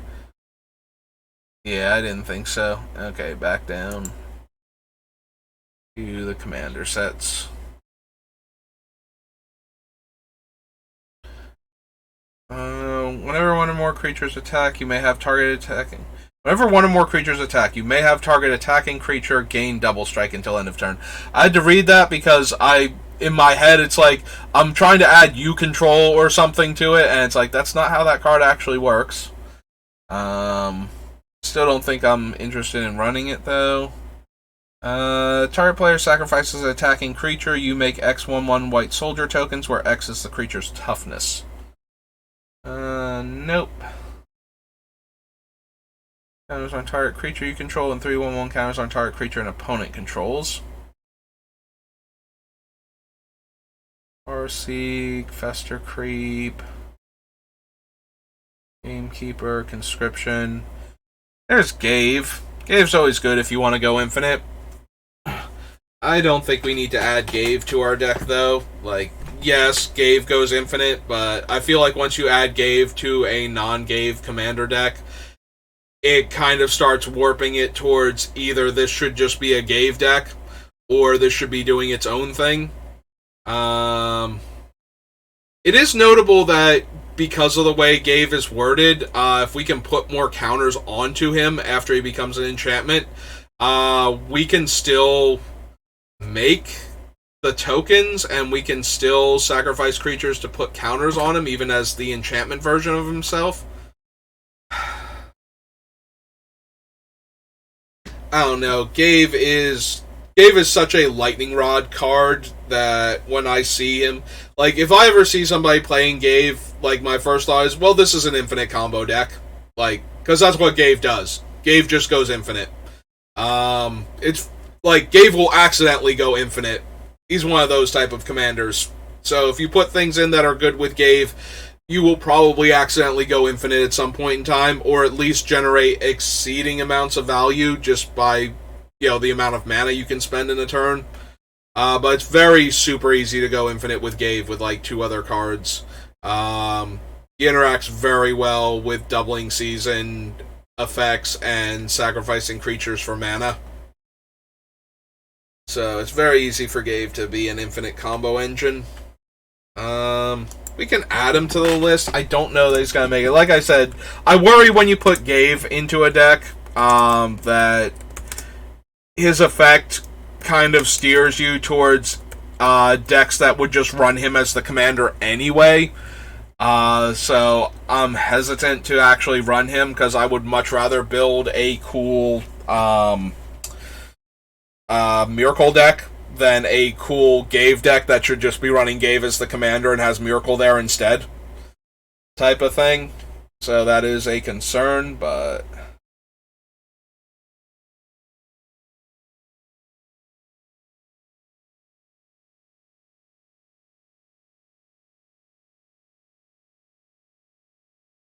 alright, I know it's not from this set, but when I'm looking at Hushwing Gryff and I'm imagining the creatures, like, so one of the decks that I have is the Planeswalker deck, and it runs very few creatures, and only, I think, one of them has an actual comes into play ability. So the deck is actually able to run the Sphere that shuts off creatures' abilities when it comes into play, the thing that Hushwing Gryff is the creature version of. It's, I think, from New Phyrexia. I'm blanking super hard on the name because, like I said, everything's a little foggy right now. But being able to run that card in Commander is such a brutal thing because so many people... The idea that your creatures can't just do nothing when they come into play is so ingrained in a lot of Commander players that they don't run big dumb creatures without haste because they want their creatures to not come into play, sit there for a turn, and then die. So if your creature doesn't do something when it comes into play, its ability has to be a lot stronger, especially if it has to wait a turn cycle to do its cool thing. Cards like Atali the Primal Storm at that point, where it attacks and you can get to cast a bunch of spells for free, where even if it doesn't have haste, you might want to cast it and just cross your fingers because the effect is so powerful. So a lot of Commander decks have a lot of comes into play abilities on their creatures. So if you can take those away from creatures, a lot of decks actually start to stumble, especially when a lot of their removal is attached to creatures coming into play. You know, Necrotal effects, acid slime, you know, things like that. When their main way of dealing with stuff is creatures entering the battlefield, the idea that you can shut that off is actually really potent sometimes. Um, so I'm wondering, since another benefit of not having my creatures be creatures the second time around is the idea that we can run Hushwing Gryff and that artifact, and our opponent's stuff won't do anything at all, but ours will die and come back as the enchantment versions and get their effects. So we'll only get it once, but everybody else won't get it at all while these are going on. And the Gryff dies into the enchantment version of itself anyway, so they have to kill it twice on top of that. So that's just an idea that's going through my head while looking at this, so I'm wondering if that might not be a thing later on. Creature you control deals combat damage to a player. You gain life equal to the creature's toughness. Okay, but not amazing and not working with any of the other stuff we're doing, so.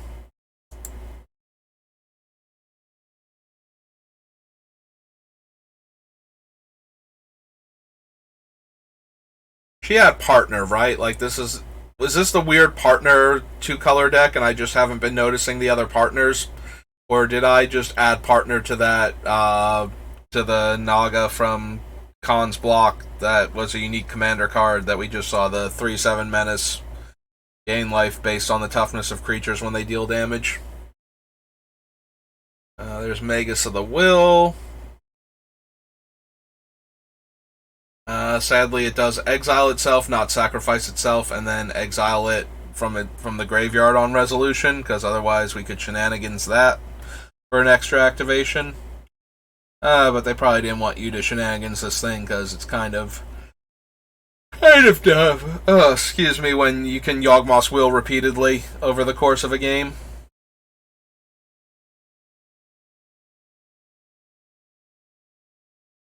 Lurking Predators is like a core set card, right? Yeah, it's from M10 originally. Okay. Maybe something we're interested in? I don't know. Maybe not. Down the line. Myriad Landscape? No, I don't think so.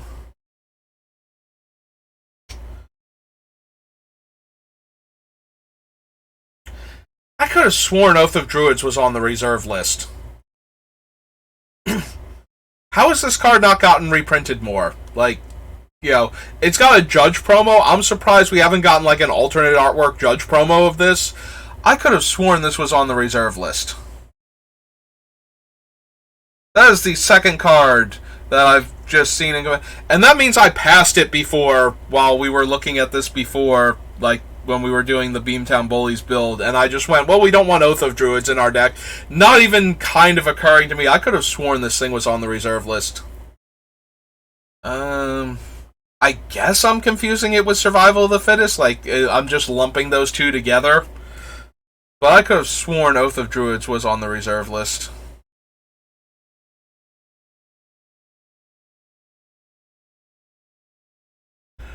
I think we need the Orzhov Advocist. Destroy target creature, draw X cards, and lose X life, where X is the number of counters on that creature. No. 10/10 costs 1 less for each creature opponents control. Enters the battlefield, put a +1/+1 counter on each other creature you control. Either of those seem particularly appealing to me for this build. Oh yeah, it is the partner set. Okay. So this was actually the 4-color set, and there were, 2-color partners. So that way you could build a different 4-color deck by combining them. Flying, other creatures you control get +1/+1 at the beginning of your upkeep. Return target creature card from your graveyard to your hand.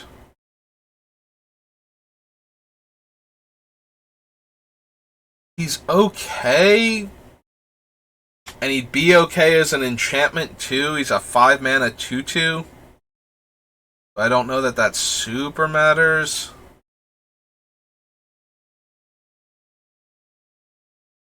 Might just be a bit slow and underwhelming regardless of which version of the deck that we do. At least Marin gets the card at the beginning of the first end step. And it's kind of hard to kill her twice in one turn at instant speed to stop me.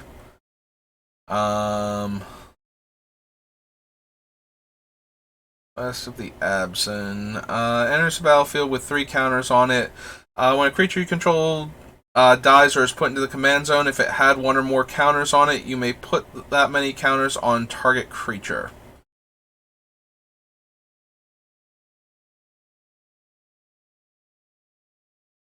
It's not permanent, right? It's whenever a creature you control, yeah. It's not whenever a permanent you control with 1/1 counters on it dies. That might be mildly interesting. Probably still not good enough. Turn up to 2 target cards from your graveyard to your hand and exile Seeds of Revival. Flash enters the battlefield. Prevent all damage that would be dealt to you this turn. Whenever damage that would be dealt to you is prevented, you may put that many +1/+1 counters on Selfless Squire. Notable that if we can sacrifice her at instant speed, we can do it a second time. While Myrkul's out, I don't know that that's good enough, though. Sidar Kondo. Creatures your opponent controls without flying or reach can't block creatures with power 2 or less. And partner.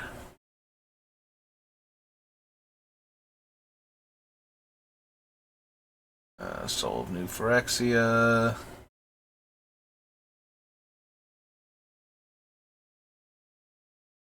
Eight trample indestructible. Whenever another creature you control attacks, it gains trample and indestructible until end of turn. Decent, but it's an 8 mana creature, so I don't know that it would even be worth it to jump through the hoops to get it into play. Destroy all creatures, has Undaunted. Swiftfoot Boots. Exile up to 2 target artifacts and or enchantments and basic land cycling 2. I think we can do better, and I don't think we need the basic land cycling in the deck.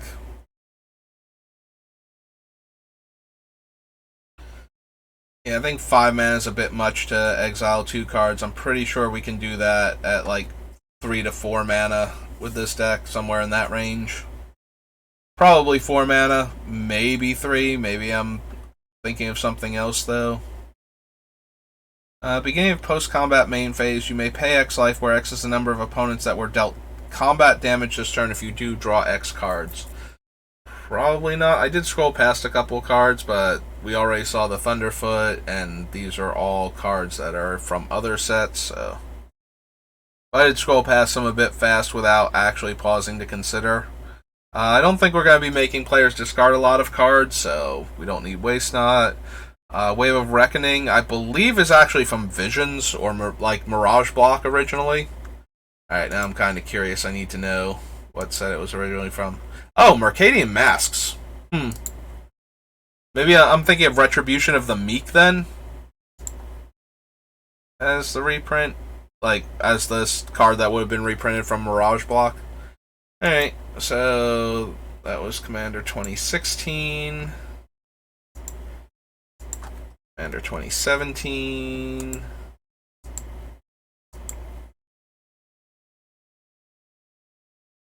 It's still bothering me that I can't remember how I got stuck on Shellfish before. Oh, right, I made a joke about, I accidentally said clam instead of clan. That's how that happened. Okay, I feel a bit better now that I've figured out where that came from.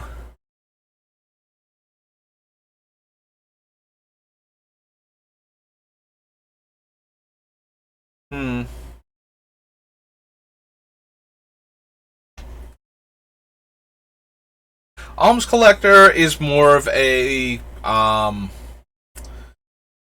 obnoxious card than something that's letting us win. Like, it's restricting the opponent rather than giving us the win, so I don't know that we actually need it in the deck.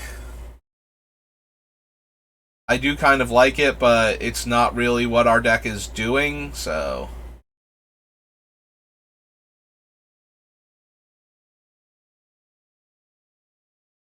Where's Apprentice Necromancer from? It's from Odyssey, right? Oh no, this is the one from Urza's. There's like two very similar cards. One of them's from Odyssey, I believe, and the other one's from Urza's Destiny, and I always confuse which one is which. Because they're like Apprentice Necromancer and Doom Necromancer, and they have very similar abilities on top of that. Begin combat on your turn. If Roar of the Wild is in the command zone or on the battlefield, another target cat you control gets +3/+3. And whenever another cat you control attacks, you may pay 3 mana. If you do, it gains trample and +X/+X, where X is its power. So no and no. But yeah, this is going to be the creature type theme, so this is where original Edgar Markov is from. And all of that. Balin is the one that cares about equipment. We're not going to really be interested in that. Here are all the vampires, though. Bloodforged Battle Axe deals combat damage to a player. Create a token that's a copy of the Battle Axe. Bloodline Necromancer enters the battlefield. You may return target vampire or wizard creature from your graveyard to the battlefield. Probably not necessary. Dies while Boneyard Scavenger's in the graveyard. You may pay black and 1 if you do. Oh, Scourge, not Scavenger. From your graveyard to the battlefield. Nope. Like, okay, but not amazing. All reprints. Curse of Bounty. Players attacked. Untap all non-land permanents you control. Each opponent attacking that player untaps all non-land permanents they control. As attack, create a 2/2 black zombie token. Each opponent attacking does the same. And player is attacked, you gain 2 life. Each opponent attacking that player does the same. Cast from your hand. Also reprint, but again, my brain just keeps wanting to process the cards more so than it's trying to figure out. Draw creature. Alright, it's that card again. Reprint from another commander set. Fortunate Few. Choose a non-land permanent you don't control. Then each other player chooses a non-land permanent they don't control that hasn't been chosen this way. Choose a non-land permanent you don't control. Then each other player chooses a non-land permanent they don't control that hasn't been chosen. Destroy all other non-land permanents.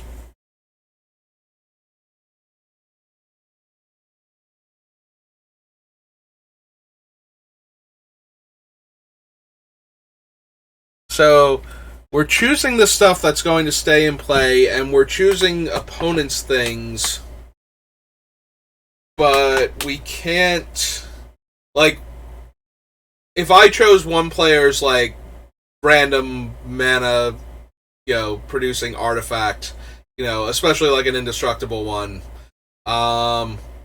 then, like, the other players don't have to choose my stuff. They just have to choose things that haven't been chosen before. Now, granted, they are inclined to choose things that are least problematic, but my god, just destroy all non-land permanents at that point. That's, like, so convoluted to get to this point, and it's barely doing anything more than that. Like the permanents we're trying to leave behind, like, there have to be so few permanents in play for this to actually be good. And then why are you casting it? Like, it's barely destroying anything. Like, I might be forgetting something or missing something. I feel like this card got forgotten by me, like, forever having existed because of how bad it kind of feels like it is. Like, why do I even care that I might be keeping my worst permanent? Like, why is anybody... or I would have to have like a permanent that players would want to keep in play, that I want to keep in play, that they would choose that, you know, like a Howling Mine effect or something, like a group hug type card, and that still seems really, really bad. Like, I'm trying to imagine the situation where I would ever want to cast that thing.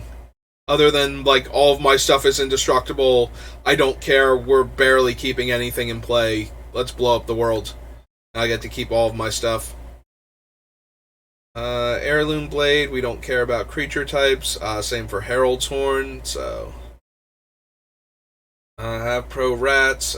Beginning of your end step, target opponent creates a 1/1 black rat creature token with Death Touch. Whenever a rat dies, put a 1/1 counter on each cat you control. Yeah, it's not doing anything.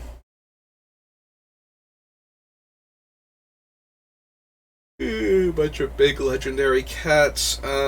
Deals combat damage to a player. That player exiles a card from their hand face down. You may look at cards and play them that have been exiled with Mind Eater. Choose a creature type. White and 1, put a divinity counter on target creature you control of the chosen type. Each creature you control with a divinity counter on it has indestructible.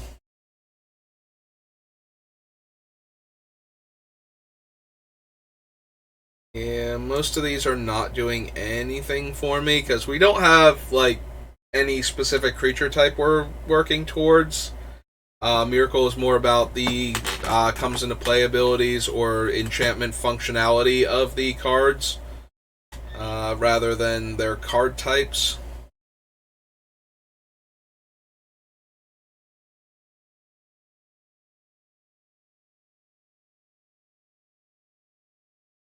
Attacks each opponent can't block with more than one creature this combat. As long as Miri Duelist is tapped, no more than one creature can attack you each combat. The problem would be tapping the enchantment version of her. And keeping her tapped, and I don't know what would do that off the top of my head. I would, like, if it were while she's untapped, no more than one creature can attack you, so she attacks, opponents can't block with more than one creature, and, you know, now that she's tapped, they can only counterattack with one creature. Would be, or, you know, because she didn't attack, they can only attack you with one creature, would be way better for what we're doing. But it's not that, so I don't think we can use her properly. I don't know how we would utilize her. This is the Equipment Matters dude that has like his Forge Hammer as a card in this set. I don't think we care about that. Sorry, I'm yawning because, like I said, I'm so low energy right now from how I've been doing the past few days.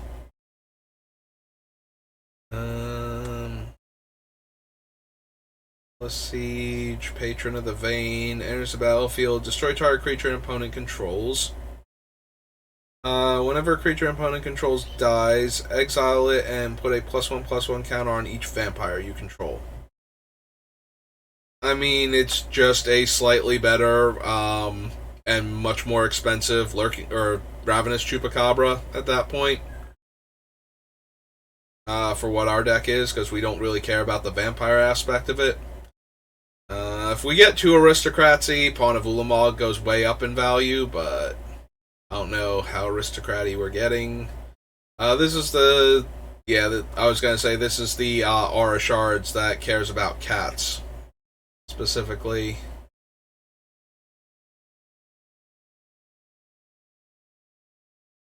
Ramos, so it doesn't matter what he does. I'm blanking a little bit. I know he's like a colors matter spells for dragons, but I can't think what he does, and I don't feel like reading him knowing that we're definitely not using him.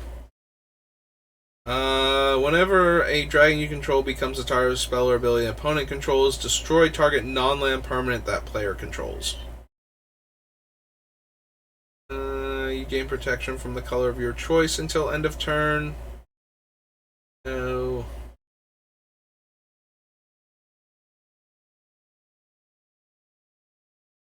This is a way more expensive version of some of the other things that can give us hexproof that I would rather run at this point in the deck.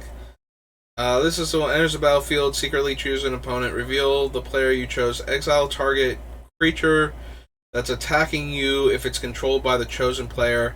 Activate this ability only once.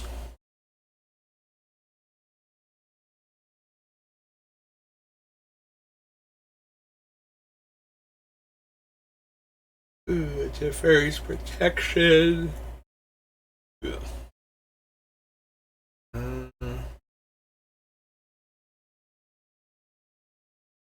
Like, obviously a very potent card, but I don't know that we need it in this deck.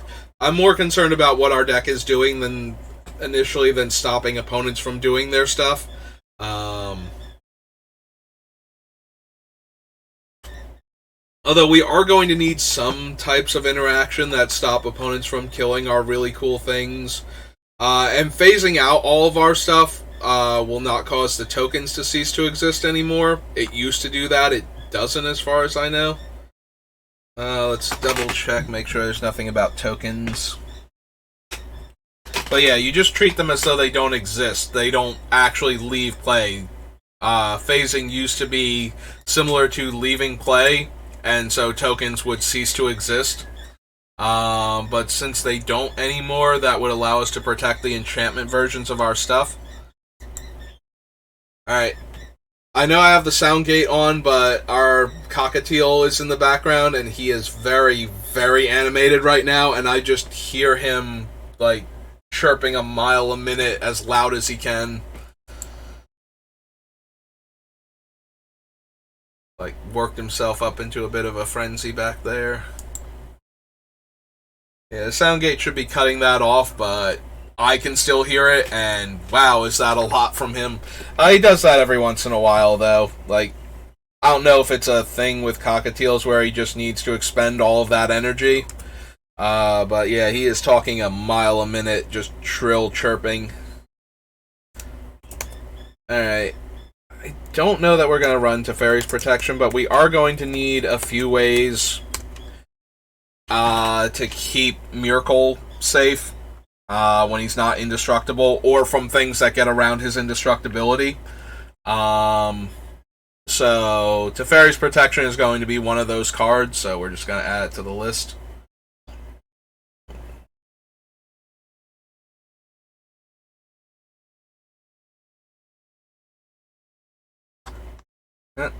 Probably got like 3 or 5 more cards on the last page. More than 5 because the Vivid Lands are apparently in one of the decks.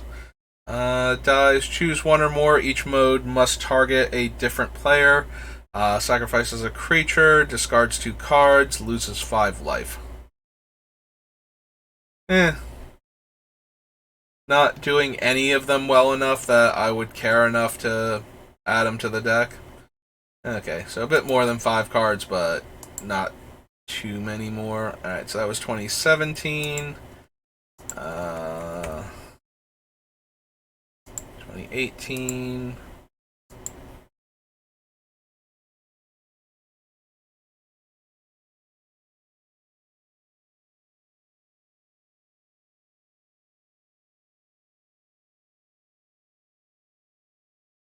Uh, 12-12 flash and dies into the 6-12. Yeah, I don't need that.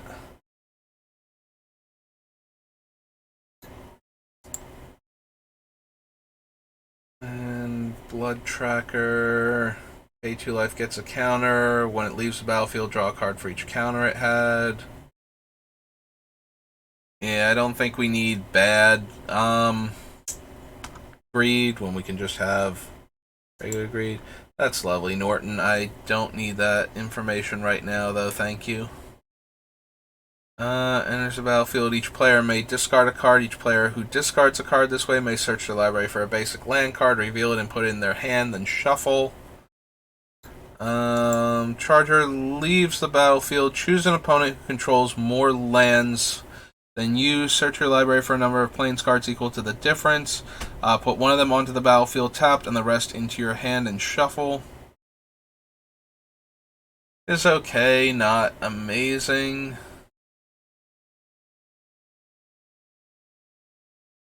Draw 3 cards.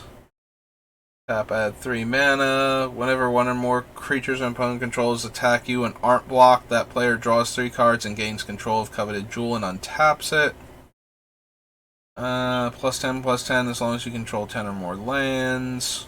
Right, the Rhino Beals was one of the cards that almost made into the bullies just as a, like potential 15/15 trample out of the graveyard. Here you go. Renaissance.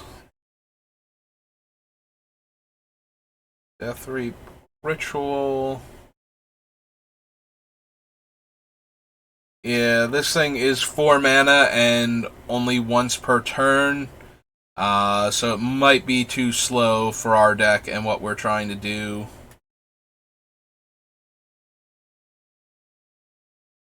Elderwood Scion. Trample, lifelink. Spells you cast that target it costs 2 less. Spells your opponents cast that target it costs 2 more.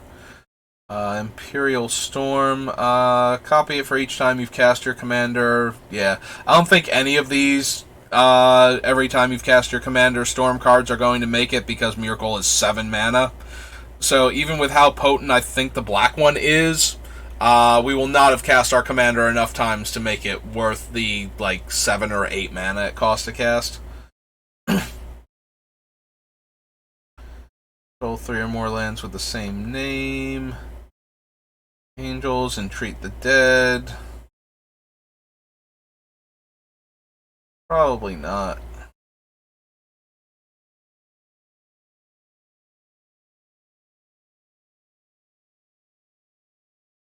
Put a 1/1 counter on it if it's a creature, and a loyalty counter on it if it's a planeswalker.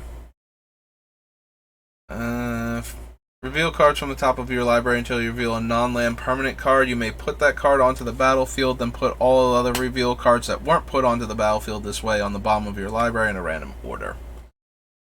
Geode Golem deals combat damage to a player. You may cast your commander from the command zone without paying its mana cost. You still pay the additional costs.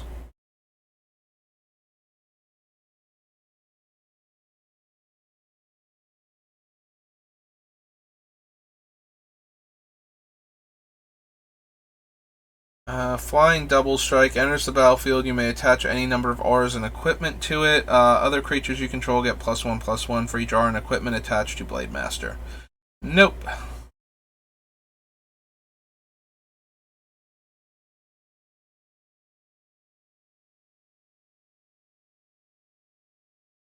So side note, while I was recovering the other day, I did tweet at the judges over at Cranial Insertion. I've not heard back from them yet whether or not the enchantment versions of creatures that redirect damage to them can have the damage redirected to them if they become enchantments from Myrkul's effect. So I am still waiting to hear back from them on that. Hopefully I get at least a basic answer. I just basically need a yes or no. I don't need to necessarily know the why of it if it's no. Other than that, it would help me figure out other cards that are weird when they become enchantments and stop being creatures. But I'm guessing the answer is no. But at the same time, it's such a weird interaction. I don't know if it would work. I don't know if damage can be redirected to things that normally can't be dealt damage, because there are no cards that naturally redirect damage to, things that it would not matter for. There's no way to redirect your damage to a manland in the hopes that the opponent might forget and animate it later on the turn and have it die because it has damage marked on it type of deal. There's nothing like that in Magic right now.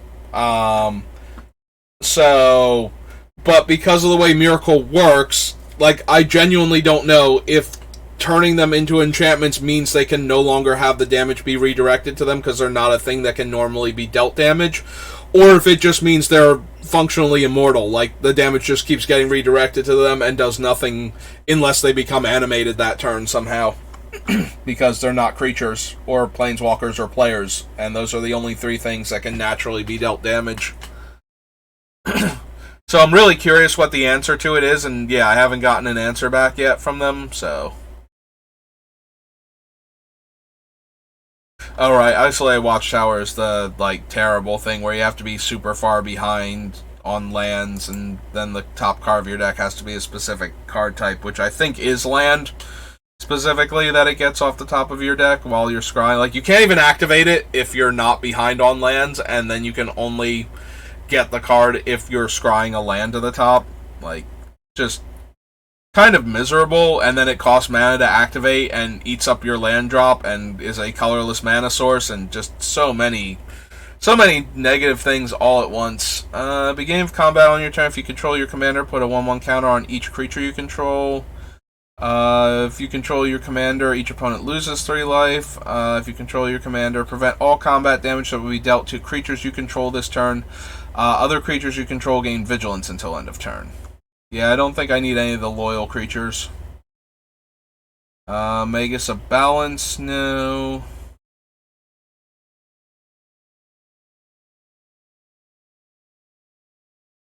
Although Magus of Balance doesn't affect enchantments, does it?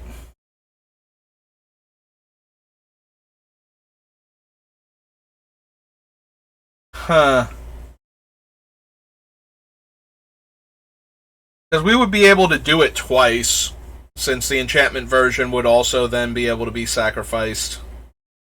I don't think that's good enough, but it's certainly, like, we can get to the point where we only have Myrkul himself in play.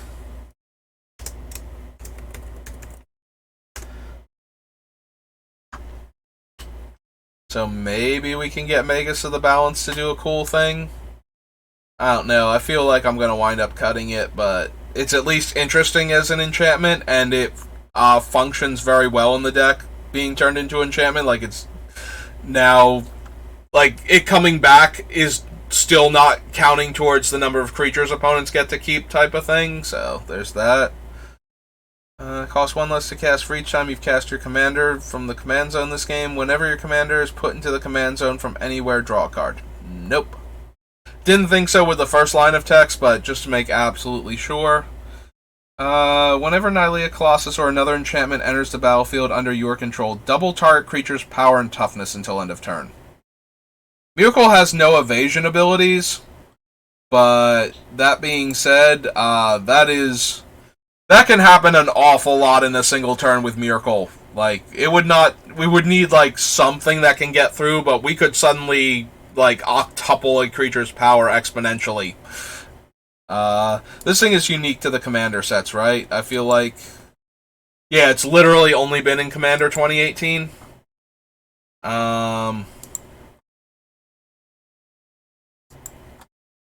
Yeah, we can add it to the list. We'll see where we're at.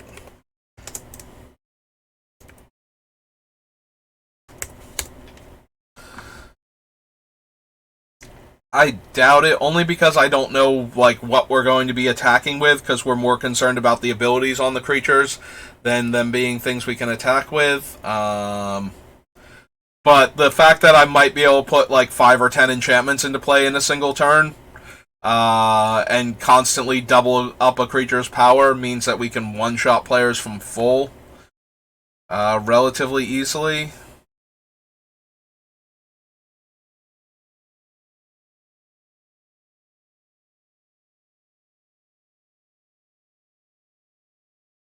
Yeah, I don't think we need Retrofitter. That's an enchant creature. There's a battlefield, draw a card for each R you control that's attached to a creature. Enchanted creature gets +1/+1 for each R you control that's attached to a creature. No and no.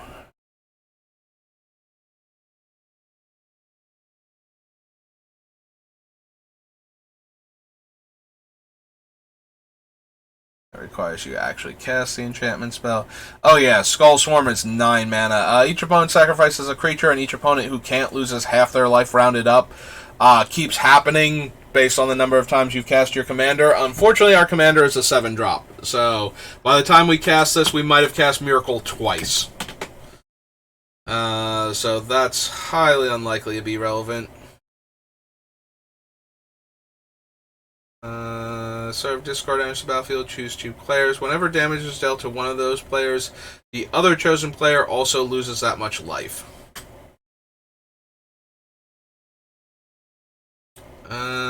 again, is okay. Probably don't need it, though.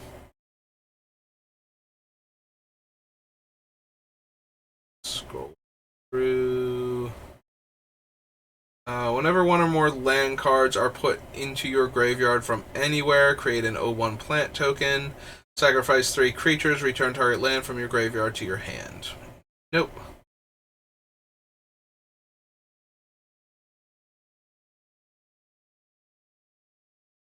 Okay, and on to page 3, that I'm expecting to only have a handful of cards again. Although it's been more than I expected each time, so I don't know how many we're actually going to see. There's good old Windgrace's Judgment. Again, always has the potential to make it into any of my commander decks that are the appropriate color.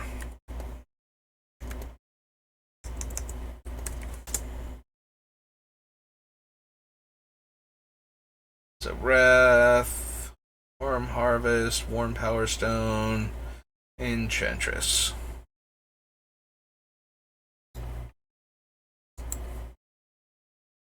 Alright, so that was 2018, 2019, and then we skip a year and go to 2021, and then we'll be done with the commander sets. And I feel good when we get through the commander sets. Like those and the core sets that have a lot of reprints in them, like both of them just take so much effort to get through because I can't just look at the unique cards from them that aren't reprints from other sets. It'd be so much easier if I could. That reverses the turn order. Enters the battlefield, it fights up to one target creature you don't control, and when it's dealt damage, it fights up to one target creature you don't control. Notably that, when it's not a creature, it can't fight. So turning it into enchantment isn't going to do us much good except for having another enchantment in play. Yeah, he doesn't do well as an enchantment either, and I don't really care about his thing other than that.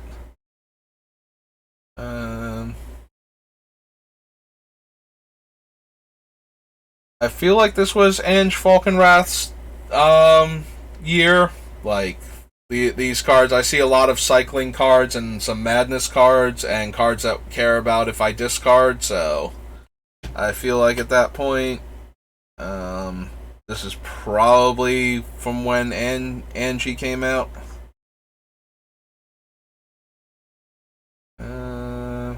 Vigilance, tap, sacrifice a target permanent you control gains protection from each of your opponents until end of turn.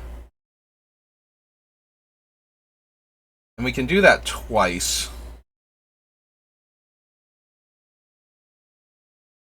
And the second time, it won't have summoning sickness because it'll be an enchantment. Maybe? Probably not.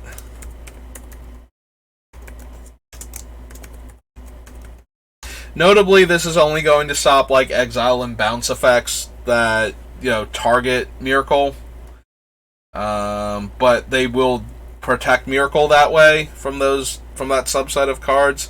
I don't know which cards I'm going to wind up running for each time you've cast your commander from the command zone this game. Yep, nope. Whenever an enchantment player draws a card, they lose 2 life and you gain 2 life, and it has madness.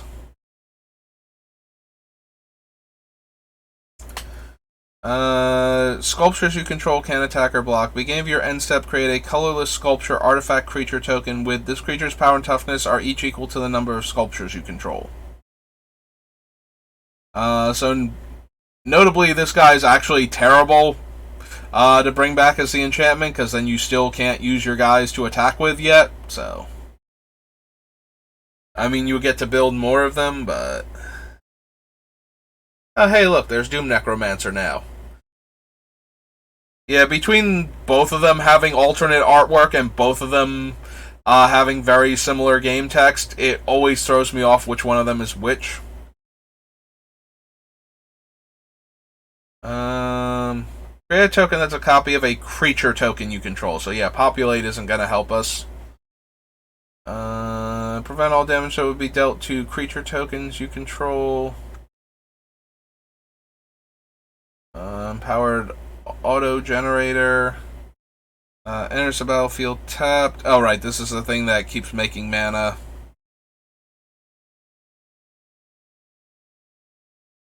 Meat from under the floorboards. Full flowering. Populate X times. Geth, Lord of the Vault, Ghostly Prison, Giant Adaphage, Gift of Doom. As turn face up, you may attach it to a creature. Enchanted creature has Death Touch and is indestructible. And morph, sacrifice another creature to turn it face up. Yeah, I don't think so. Grismold, the Dread Sower. Trample, beginning of your end step, each opponent makes a 1/1 plant. Whenever a creature token dies, put a 1/1 counter on Grismold. Nope. Notably, the populate cards would get a lot better if we're going to animate things. At that point, maybe I consider a card like Growing the Ranks or Full Flourishing, but for the time being, I don't even know that we're going to do that, so those cards are kind of... Like, even in that version of the deck, they feel like they might be win more cards. Here's a battlefield. Exile all cards from target opponent's graveyard. You may play land cards exile with Hedonist Trove. You may cast a non-land card exile with Hedonist Trove. You can't cast more than one spell this way each turn. I feel like that was a reprint from, like, Khan's block or something.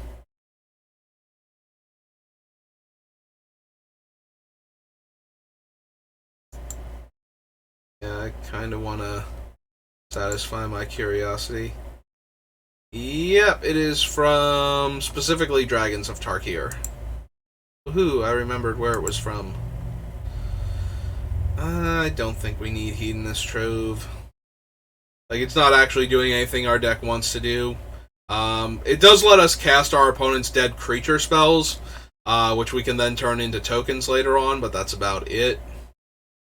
And only one opponent, unless we can, reset it. And then we'd still be choosing from the new singular opponent's graveyard, like we wouldn't get to keep access to all the other stuff if we blinked it or something. I don't think there's a way we can copy enchantments that aren't tokens for this particular color combination.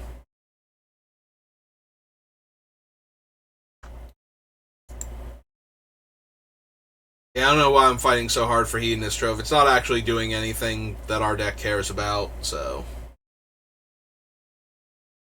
It's a fun effect and everything. Okay, so here's Carrick. And Carrick is a card I want to get into this deck. Primarily for his interactions with Pestilence Demon and more likely Thrashing Wumpus. So we can pay 2 life to deal 1 damage to each creature and player, basically, is how he works. Like, every black mana can be cast as though we're Phyrexian mana, or activated as though we're Phyrexian mana.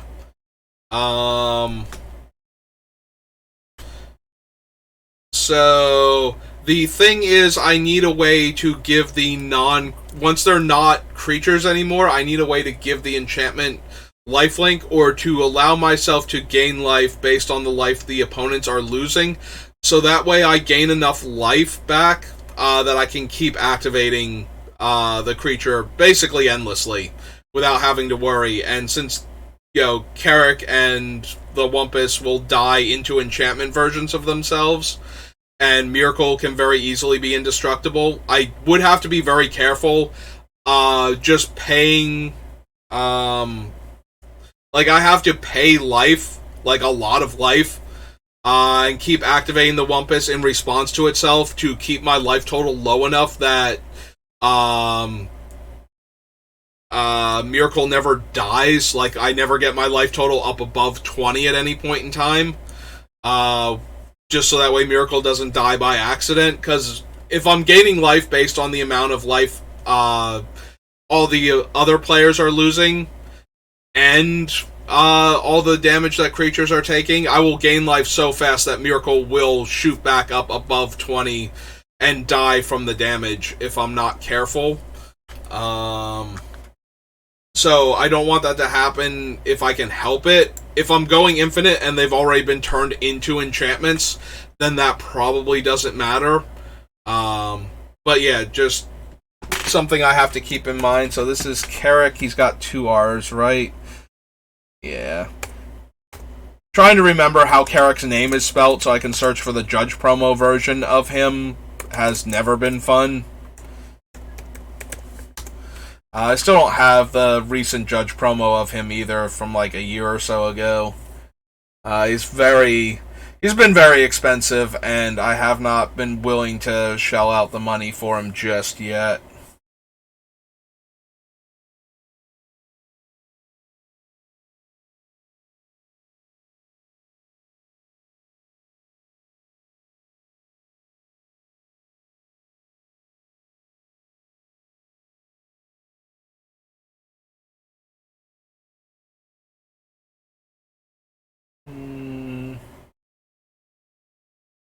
I don't think we need nightmare making.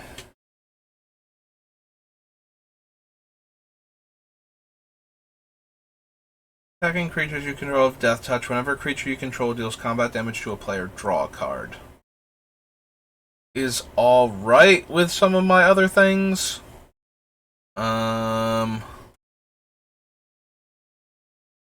Like, even when it becomes the enchantment version of itself. I don't know that I want it, though. I don't know how much we're actually going to be attacking. It is worth noting, though, that if Myrkul happens to be indestructible and I attack with, like, the Wumpus or something and have it deal a damage to everything, then everything that's not indestructible dies and and my stuff all becomes the enchantment version of itself immediately. That is god-awful horrible with, turning all the things back into creatures, though. That's not going to work out the way I want it to. So I don't know that I want Orin Frostfang if I'm not going to be doing that. If I am going to be doing that, I might actually want the Frostfang, since it will reanimate it as a 5/5 instead of a 2/6, which is still perfectly fine.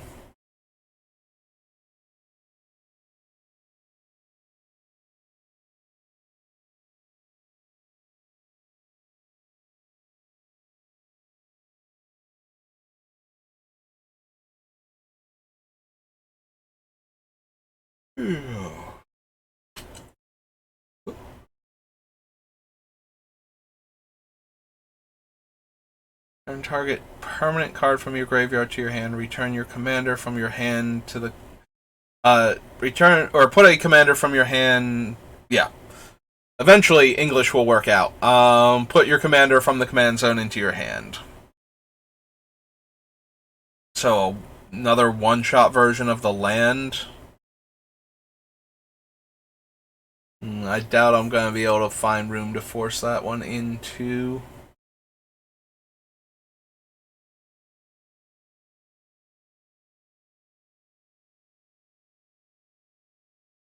Sanctum of Eternity probably not helping me. Becomes tapped, choose one, put a land from your hand onto the battlefield tapped, return a land from your graveyard to the battlefield tapped.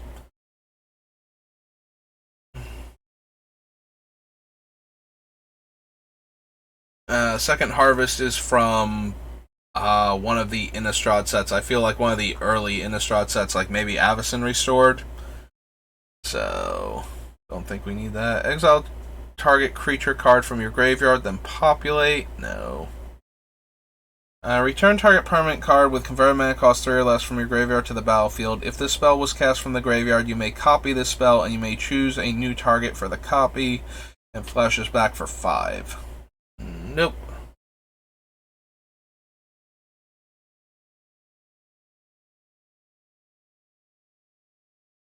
Whenever you cast a spell, populate. Again, if we're going to do the reanimation version, maybe. But I don't think we want any of these cards just yet. Copy target triggered ability you control. I mean, we'll get to the M set that's from.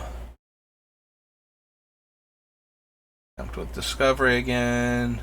Lifelink. Whenever you cast a spell from your graveyard, make a 1/1 spirit token, sacrifice it. Sacrifice a spirit, this gains indestructible. So no, probably not. Beginning of each opponent's upkeep, you manifest the top card of that player's library. Whenever a creature you control but don't own dies, the owner loses 2 life and you gain 2 life.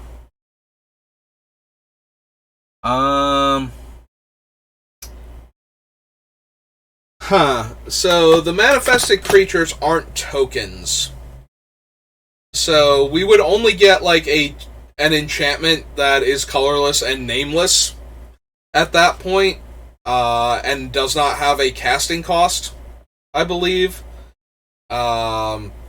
So we would not even be able to reanimate it. Like if we did that, it would come back immediately as a 0/0 and die.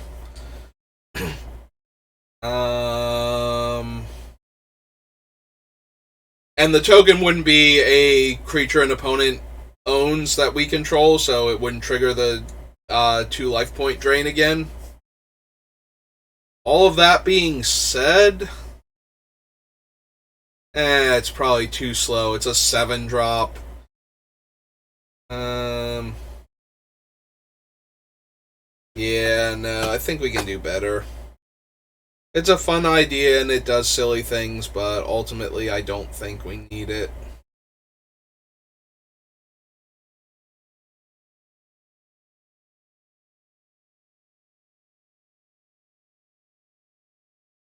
Place the manage the battlefield, draw a card for each opponent who controls fewer creatures than you. Nope. Last few cards. 2019.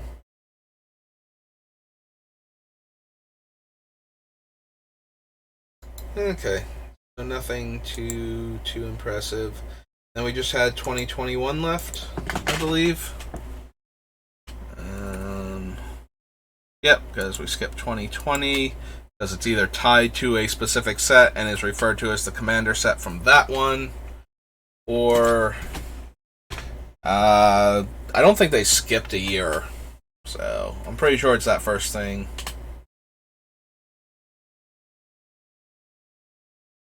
Angel of Ruins enters the battlefield, exile up to 2 target artifacts and or enchantments, and has plane cycling.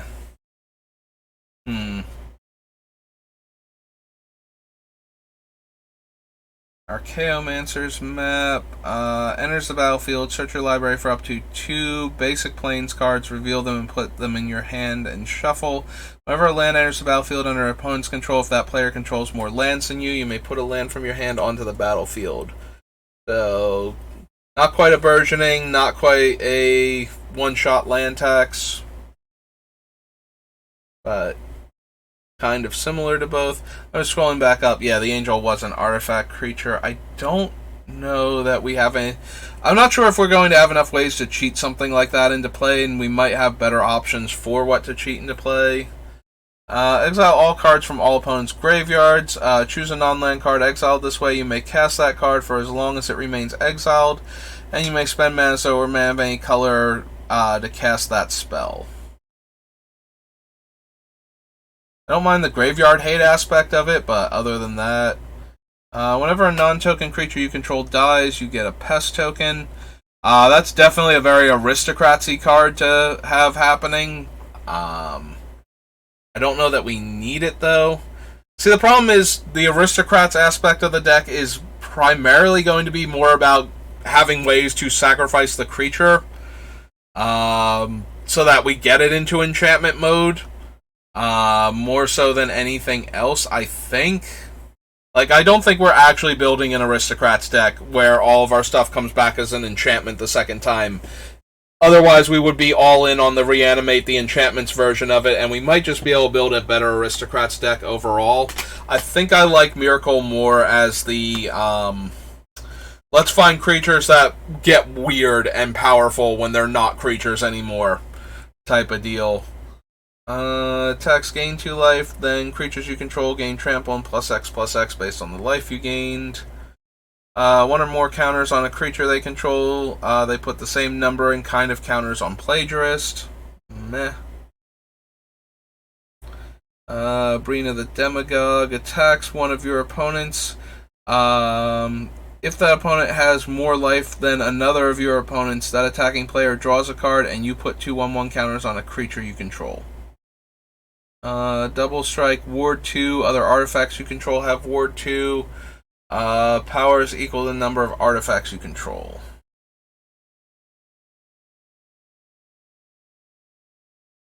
Flying Inklings can attack you or planeswalkers you control. Whenever a player attacks one of your opponents, that attacking player creates a tap 2/1 Inkling creature token with flying that's attacking that opponent. Whenever an opponent attacks you and or one or more planeswalkers you control, exile the top card of that player's library. And you may cast it, so no. Curse of Disturbance, no. Darksteel Mutation again. Deadly Tempest again. Gonna keep going. Whenever you cast an artifact spell, you may pay 2. If you do, create a 0/0 colorless construct with power and toughness equal to the number of artifacts you control.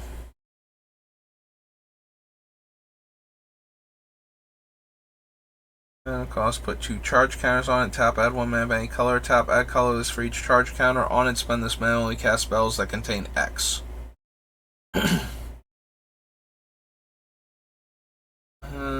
Gain 2 life. Each creature gets -X/-X, where X is the amount of life you've gained this turn. Destroy target non-land permanent. Its controller makes 2 treasures. And when we cast it, we can copy it. If we do, we let another player copy it.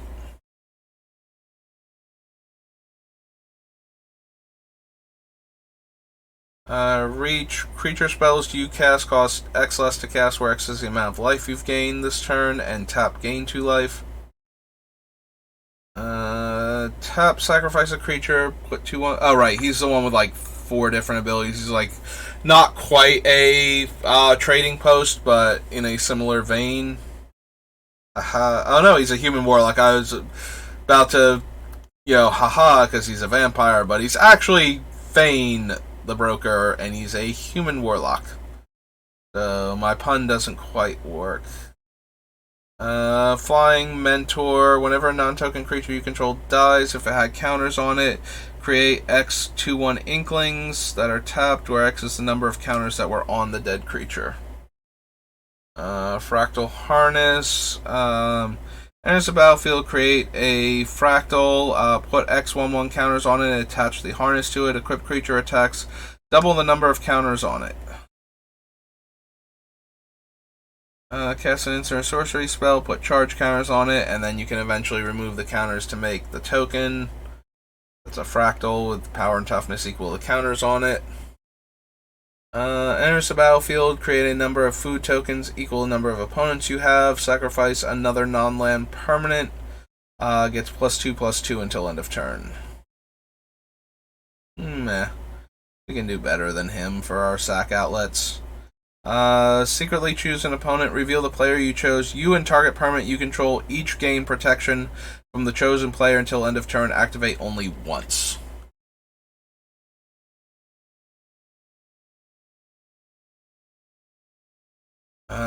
Augmenter, maybe?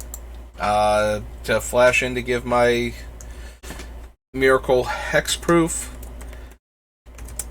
I don't know how many ways to protect Myrkul we're actually going to want. Because we could also use, like, Bog Bonder with him, since he's not a human. So maybe Guardian Augmenter, but maybe not.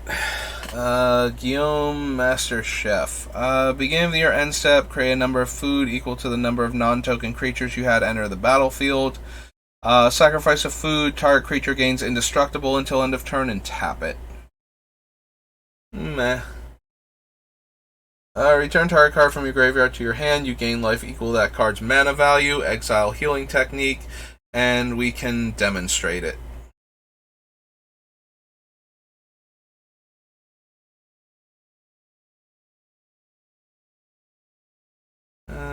No to all of these. Mill 5 cards, return a creature card from your graveyard to the battlefield. And has demonstrate. And all combat damage will be dealt to you this turn. For each 1 damage prevented this way, make a 2/1 Inkling creature token. Oh no.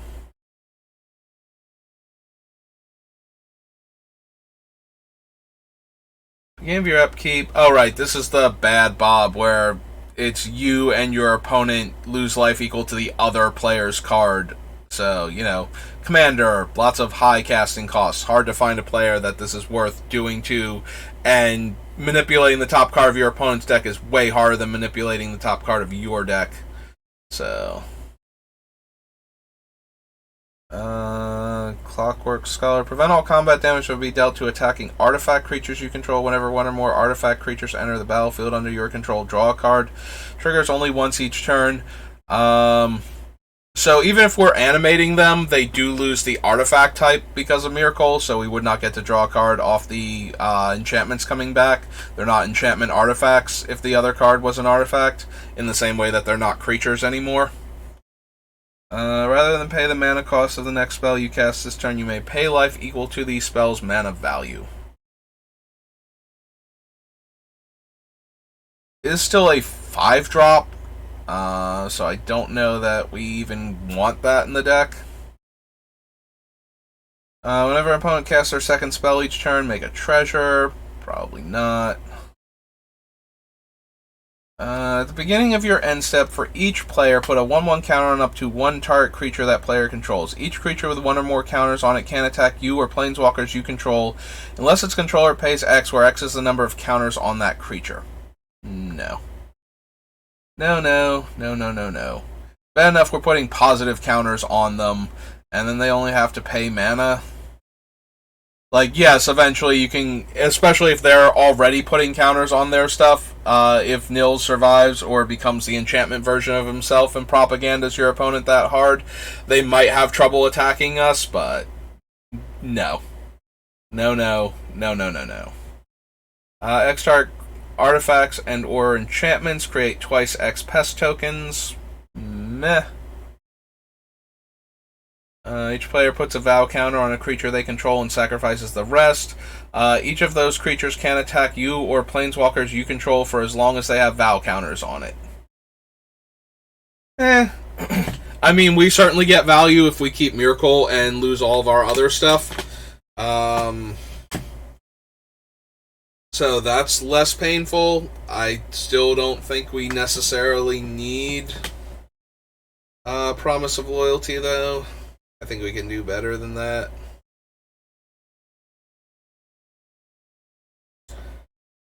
For each permanent type... Oh, excuse me again. I'm sorry. I've been pretty exhausted the past couple days, but working on Myrkul does give me some amount of energy that I did not have otherwise, so I am still enjoying the deck build portion of it. But yeah, I am pretty exhausted, so... for each permanent type, return up to 1 card of that type from your graveyard to the battlefield. You lose 3 life for each card returned this way. Then exile Revival Experiment. Patient Professor. This is the one that cares if creatures have no abilities, right? So that's not anything that we're interested in. Sanguimancer. Sapling of Colfiner.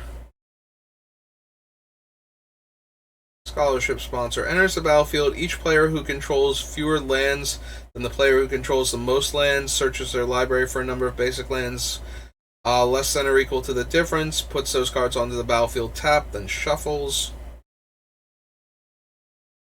Selfless Squire again. X-tap, exile a creature card with mana value X from your graveyard. Create a 0/0 green and blue fractal. Then put X +1/+1 counters on it as sorcery speed only. No.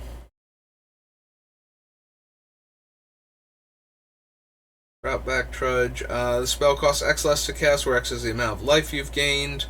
At the beginning of your end step, if you gain life this turn, you may cast the Trudge from your graveyard. Stalking Leonin again. Heal Overseer. You draw X cards and you lose X life, where X is the mana value of a commander you own on the battlefield or in the command zone. So, this is a 5 mana instant that lets us draw 7, lose 7.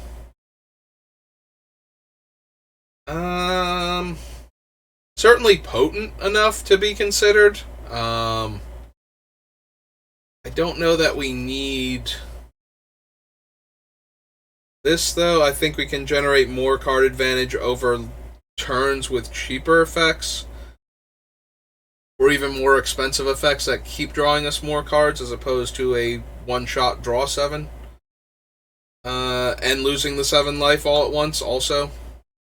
1 tap, add 1 mana of any color to your mana pool.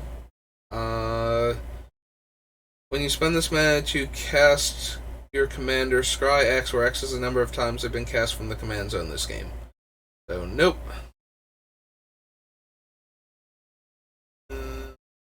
Reprints. Oh, we're only up to the T's going into the 3rd page. The Talismans, Taste of Death, Temples, Tempting Contract. Each opponent may create a treasure token. For each opponent who does, I create a treasure token. Gloom Summoners. A 4/4 lifelink. Beginning of your end step. If you gain life this turn, you may pay X life, where X is the amount of life you gained. If you do, create an XX black demon creature token with flying. No. Now, if I could pay any amount of life up to the amount of life that I gain this turn, then maybe, but yeah. Having to pay that much life to create that demon probably isn't going to be worth it. Like, I probably already wouldn't run it. It's, in the end, not going to be worth it, but whenever you gain life, you may pay 2. If you do, make a 4/4 Fungus Beast creature token with trample.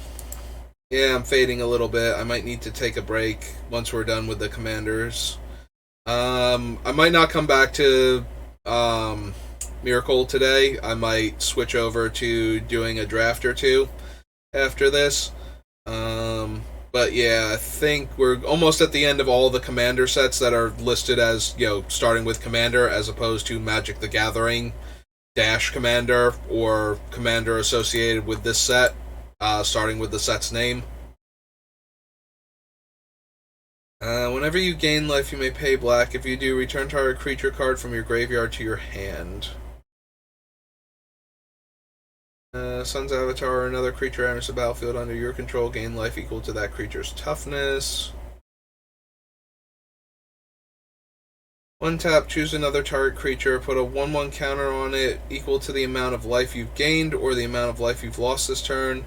Whichever is greater, activate as a sorcery. Target commander gains lifelink until end of turn. The Grave Gardener. Whenever another non-token creature you control dies, you may return it to the battlefield face down under its owner's control as a forest land. And we're done. Okay, so we did all of the commander sets. So this was 2021, if I scroll all the way back. Yeah, I'm feeling a bit more low energy than I was before. Like, I got a bit of a buff from, sitting down to actually work on the deck. Doing something I want to do today, as opposed to the misery I've been in the past couple days. So, stopped after Commander 2021, not 2012, and did not mean to move that there. Okay, we'll get there eventually. 2021. Okay, so we'll save that. Yeah, I think we'll end the stream here for now, and I will try and do some, drafting later, but I'm gonna go take a quick rest before then, try and get some energy back. Thanks for joining me, though. I hope you've enjoyed watching me work on Myrkul. I think he's going to be a really fun deck. We're going to figure out some stuff, and once I know for sure, I'm almost positive I want to build the version where I can go infinite with cards because they're not creatures anymore, and there's going to be some other stuff that works that way too that I'm really interested in. But there's going to still be some aristocrats elements because I need to be able to sacrifice the creatures in order to get the ball rolling for some of them. So there's going to need to be ways to kill off my own creatures, but I'm very interested in how this deck's going to work once the creatures stop being creatures. So that's going to be it for today. Thanks for watching, and I'll see you next time.